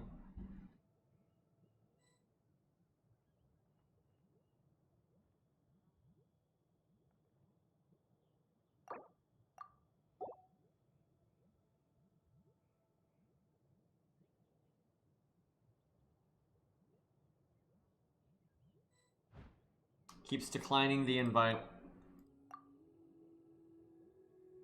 You should really Let's bring see the how it Knights is. of Favonius with you next time.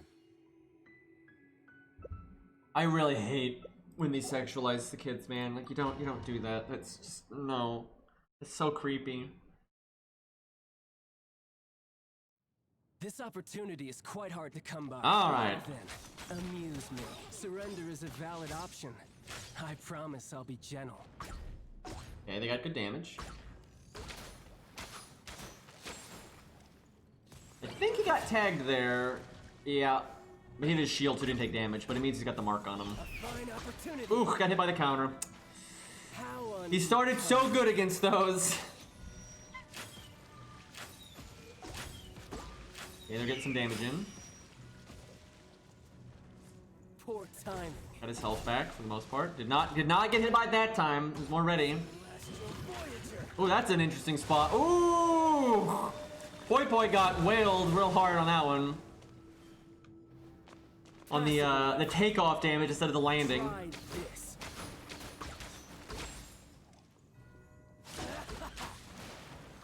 Need to make sure I don't get hit by that.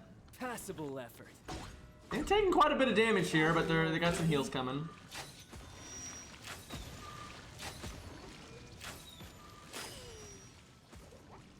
A fine opportunity.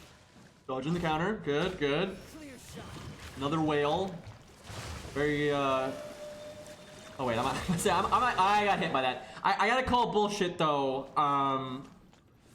That the hitbox blatantly did not hit me. So the hitbox is slightly bigger than the everyone would expect. You've made some progress. Cameraman getting wailed on, man. Passable effort. They've almost gotten to wave 2. Got their health back. So they any issues they had earlier, they've recovered. So no biggie. I will say that's why I really enjoy doing solo videos when you can't heal, because it means any mistake you make is pretty relevant, right? You're not getting that health back. So it kind of puts you on like a limit on how many mistakes you can make, and I just find that really enjoyable. But in this setting, it is totally reasonable to be able to get some health back because it's a lot more chaotic, and you can get tagged by bullshit, right?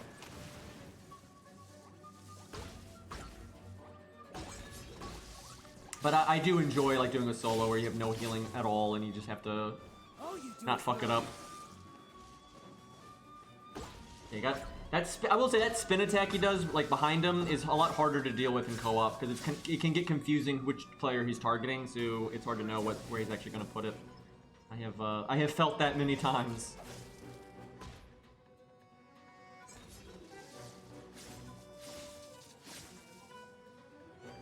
I'm taking some hits, but as long as they don't hit again, they should be able to get it back before the third phase. Okay, he got marked. That's not great. Probably gonna have an. Yeah, here comes an ult. Oh, they staggered him. He was gonna ult Noel there, like with the lock-on thing, but they staggered him, so they're good. Oof.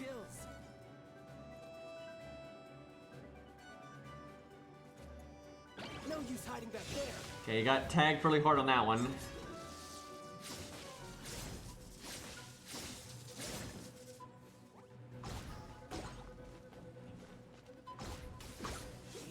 Ult incoming. Oh, he's not ready for it. Oh, he's not. Oh! Oh, very nice. There you go. He ulted it. That was nice.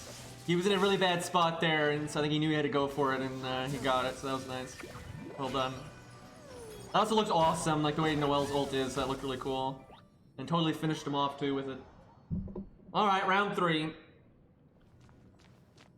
Which in many ways is the easiest round, but it can be very punishing if you mess up. That's kind of how I see it. It's like if you mess up, you can just get absolutely decked in the schnoz.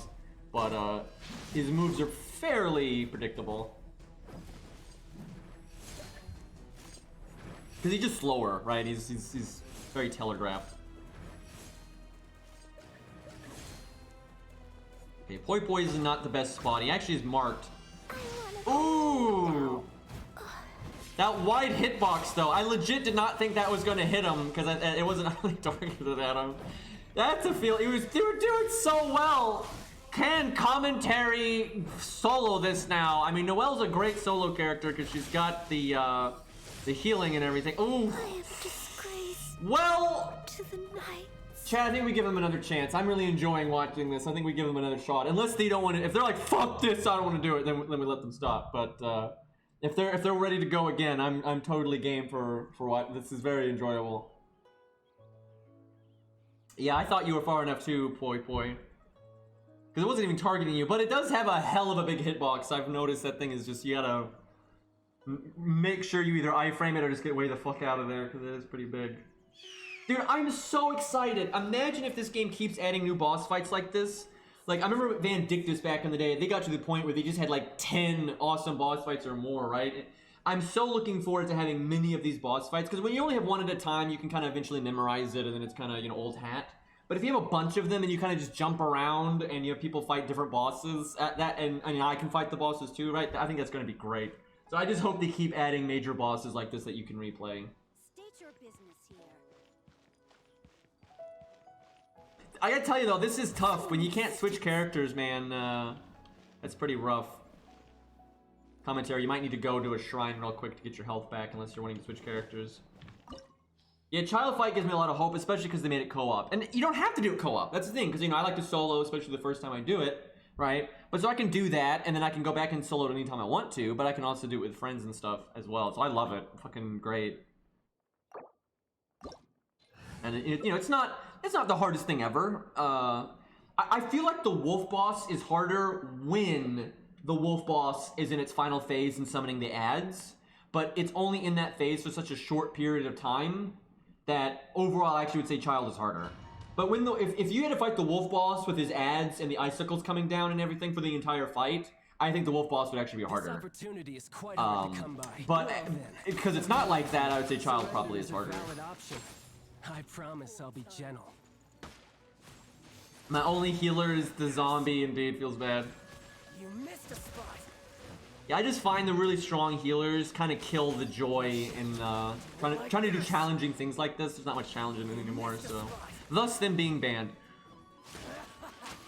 Okay, well, Commentary's gotten tagged a bit, but he's gotten his health back because, you know, Noelle thing, so it's all good.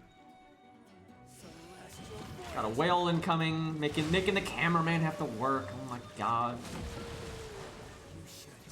I feel like Amber should be our designated camera woman, I suppose. I feel like she's really fitting for that. Unless one of them wants to play Amber, but I think we should do that. Luke doesn't really feel like a cameraman to me, not gonna lie. Yeah, Barbara and the Ice Zombie are the two that are banned right now. It's just way too much healing. How unbecoming. You have to work to wipe when you have one. And it can happen. I've seen it happen, but you have to work pretty hard to wipe when you have someone dedicated playing a healer like that. Poor time. Chad, have you ever been in a co-op session for like one of the dungeons that you do for farming, and you have a dedicated healer, and everyone is sucking balls, and they're ignoring like the lasers and shit, and they just die because they're just fucking idiots, and then you're sitting there soloing, and then but all the enemies have way too much health, and then it's like, are you kidding me? Doesn't happen often, but I've seen that happen before, and it's like, how did you all fucking die, right? Like, you have to work to die when you have a healer like that.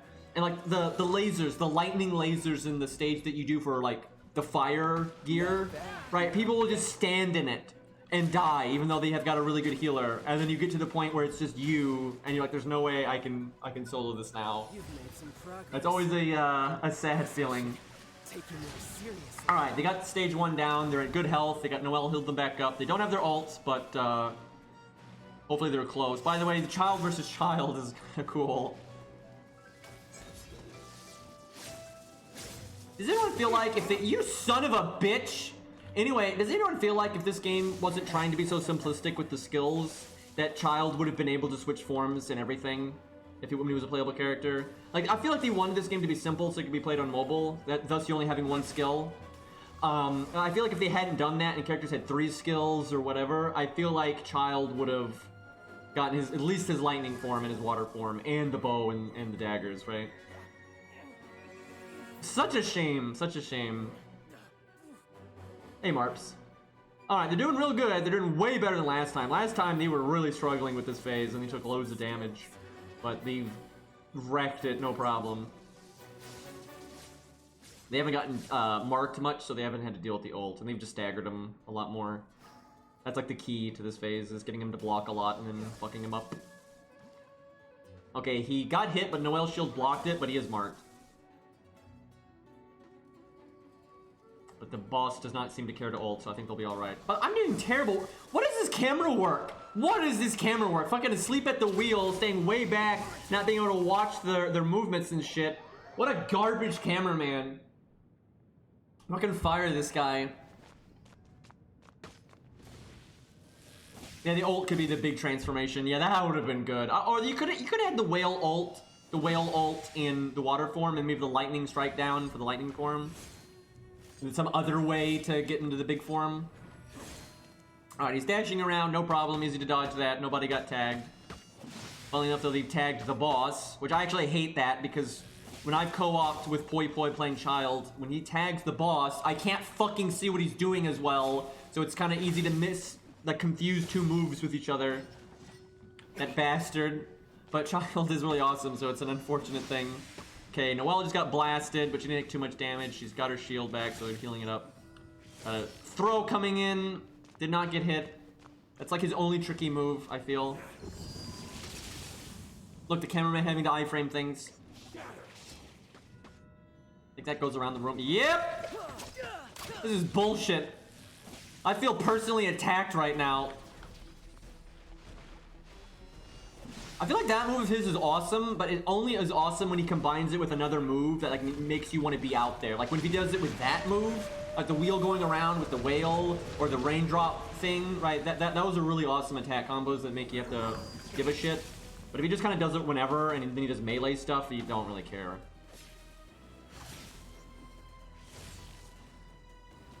Okay, they're doing good. They're doing good. Their health's fine. They got their ults. They're not derping it up. Okay, they derped up a little bit there, and they got marked and lost most of their life. Okay, nobody got hit by the rain. When I did this with 4 people, almost every time at least one person would get hit by the rain. It was messed up. Okay, ult time. I think they both got rid of the marks, so no problem. Yep, they're good. Got out of the blast too. By the way, that ult of his operates differently in co-op than it does in solo, and it's bullshit. This is terrible camera work again. I don't know why I'm staying so far away. Like, if I don't have aggro, it's not even gonna matter. Hey, Poi Poi a little hurt, but as long as he doesn't get hit before Noelle's next shield, he'll be fine. Although he got hit again. He didn't take that much damage though. I think he's alright. Okay, got a whale incoming.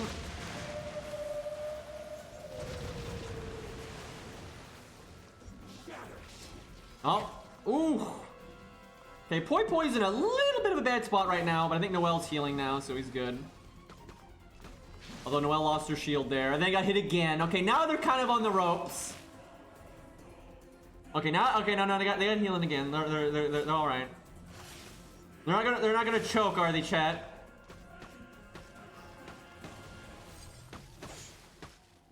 Dodge the water blast, good. That's one of his few tricky attacks, I feel. His third stage just hits really hard. Okay, they both got hit there. But he's really low in health, so even if he ulted, I think they would survive. Escape the water, no problem. Poi Poi removed the mark. Boss is almost dead. He's ulting Noelle. Got rid of the mark, no problem. Everyone got out of the blast. Feels good. They got a bit fucked up, but I think they got it. They just, as long as they don't just get black. Okay, and there you go. All right. Good job, boys. That's tough with one character, though. Any, you know, your mistakes are pretty rough. And if honestly, can you imagine? This is going to be tough, and I know someone's going to do it, and I'll be proud of them. I'll give them an extra kudos if anyone does this. But at some point, you know, people from chat are going to have to do all this. And they're not going to have any healer. They're going to man mode it, right? They're going to come in here with their big dicks, and they're going to have no healing whatsoever, and they're going to be like, we're not even going to get hit, right? And then they'll probably get hit and die. But at some point, someone's going to succeed that way, and it'll be very impressive. Especially if they're not overgeared. I won't be even remotely impressed if someone comes in here and they're just like chunking the boss's health, right? And they just kill it in 30 seconds, right? That no one gives a shit about that. But at some point, I'm looking forward to some combination of players for my chat trying to take this on without any healing. But that's going to be very rough. That's going to be super hard. All right, boys. I think we'll wrap up there. That was a blast. I love getting to watch my regulars in chat and stuff take on these bosses, man. It's very enjoyable. I look forward to seeing more of this. Let's see. What's the plan? I may not stream Genshin tomorrow because I may not have time. It's going to kind of depend. And this event is boring as sin, so I don't think it really matters. Because I might need to edit a video tomorrow. So might not stream Genshin tomorrow. But we'll, I mean, no, Genshin's one of my main games now, so I'll be sure to keep up with it and stream it plenty. But thank you, everyone. That was a blast. Let's raid somebody real quick. Hold on. Who is playing Genshin and actually needs a raid? Slice is streaming it, but he's doing just fine. He doesn't need no help no more. We'll just raid someone at random. I cannot vouch for the quality of whoever we're raiding because I don't know anyone in this fucking community. Gonna just pick someone with a lower viewer count at random here, preferably speaking English. So I'm looking at this right now, chat. I'm gonna have a quick rant here. I feel like this is a really bad, like, incentive, and it's just if any individual does this, this is not necessarily a bad thing, but it's kind of like the fact that the community at large does this. It shows me that the community is focusing on things that are kind of bad, at least in my opinion, right? I'm looking at like every streamer ever, and all of them are like advertising their adventure rank, right? Which means nothing, right? It's literally your stats relative to the enemy stats, so that doesn't even mean anything, right? But I noticed the streams that do well and like the community really builds around this whole, gear e-penis scene, right? Where it's just like, how geared are you and how high is your adventure rank, which that's all grinding and numbers. I mean, that's nothing, right? But it is what it is, and that's what the community likes, that's what they like. But I've noticed overwhelmingly that's what the community focuses on, is like what's your adventure rank and what's how geared are you and stuff. But I find that all that really boring. All right, I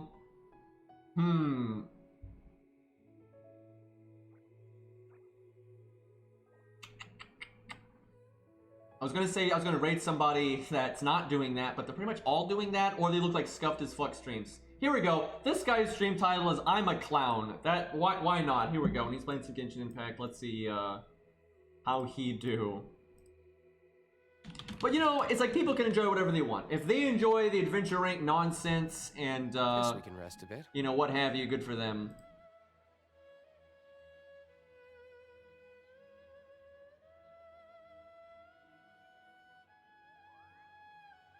Alright, boys.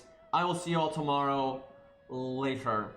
Oh, yeah. I'll be on Discord. Excuse me. I'll be in our Genshin Impact Discord channel if you want to chat for a bit. I keep forgetting to say that. Kind of too late now. But yeah, I've got the link below if you want to go to our Genshin Impact channel and just chat about whatever. I'll be there for a bit. Anyway, later, everybody.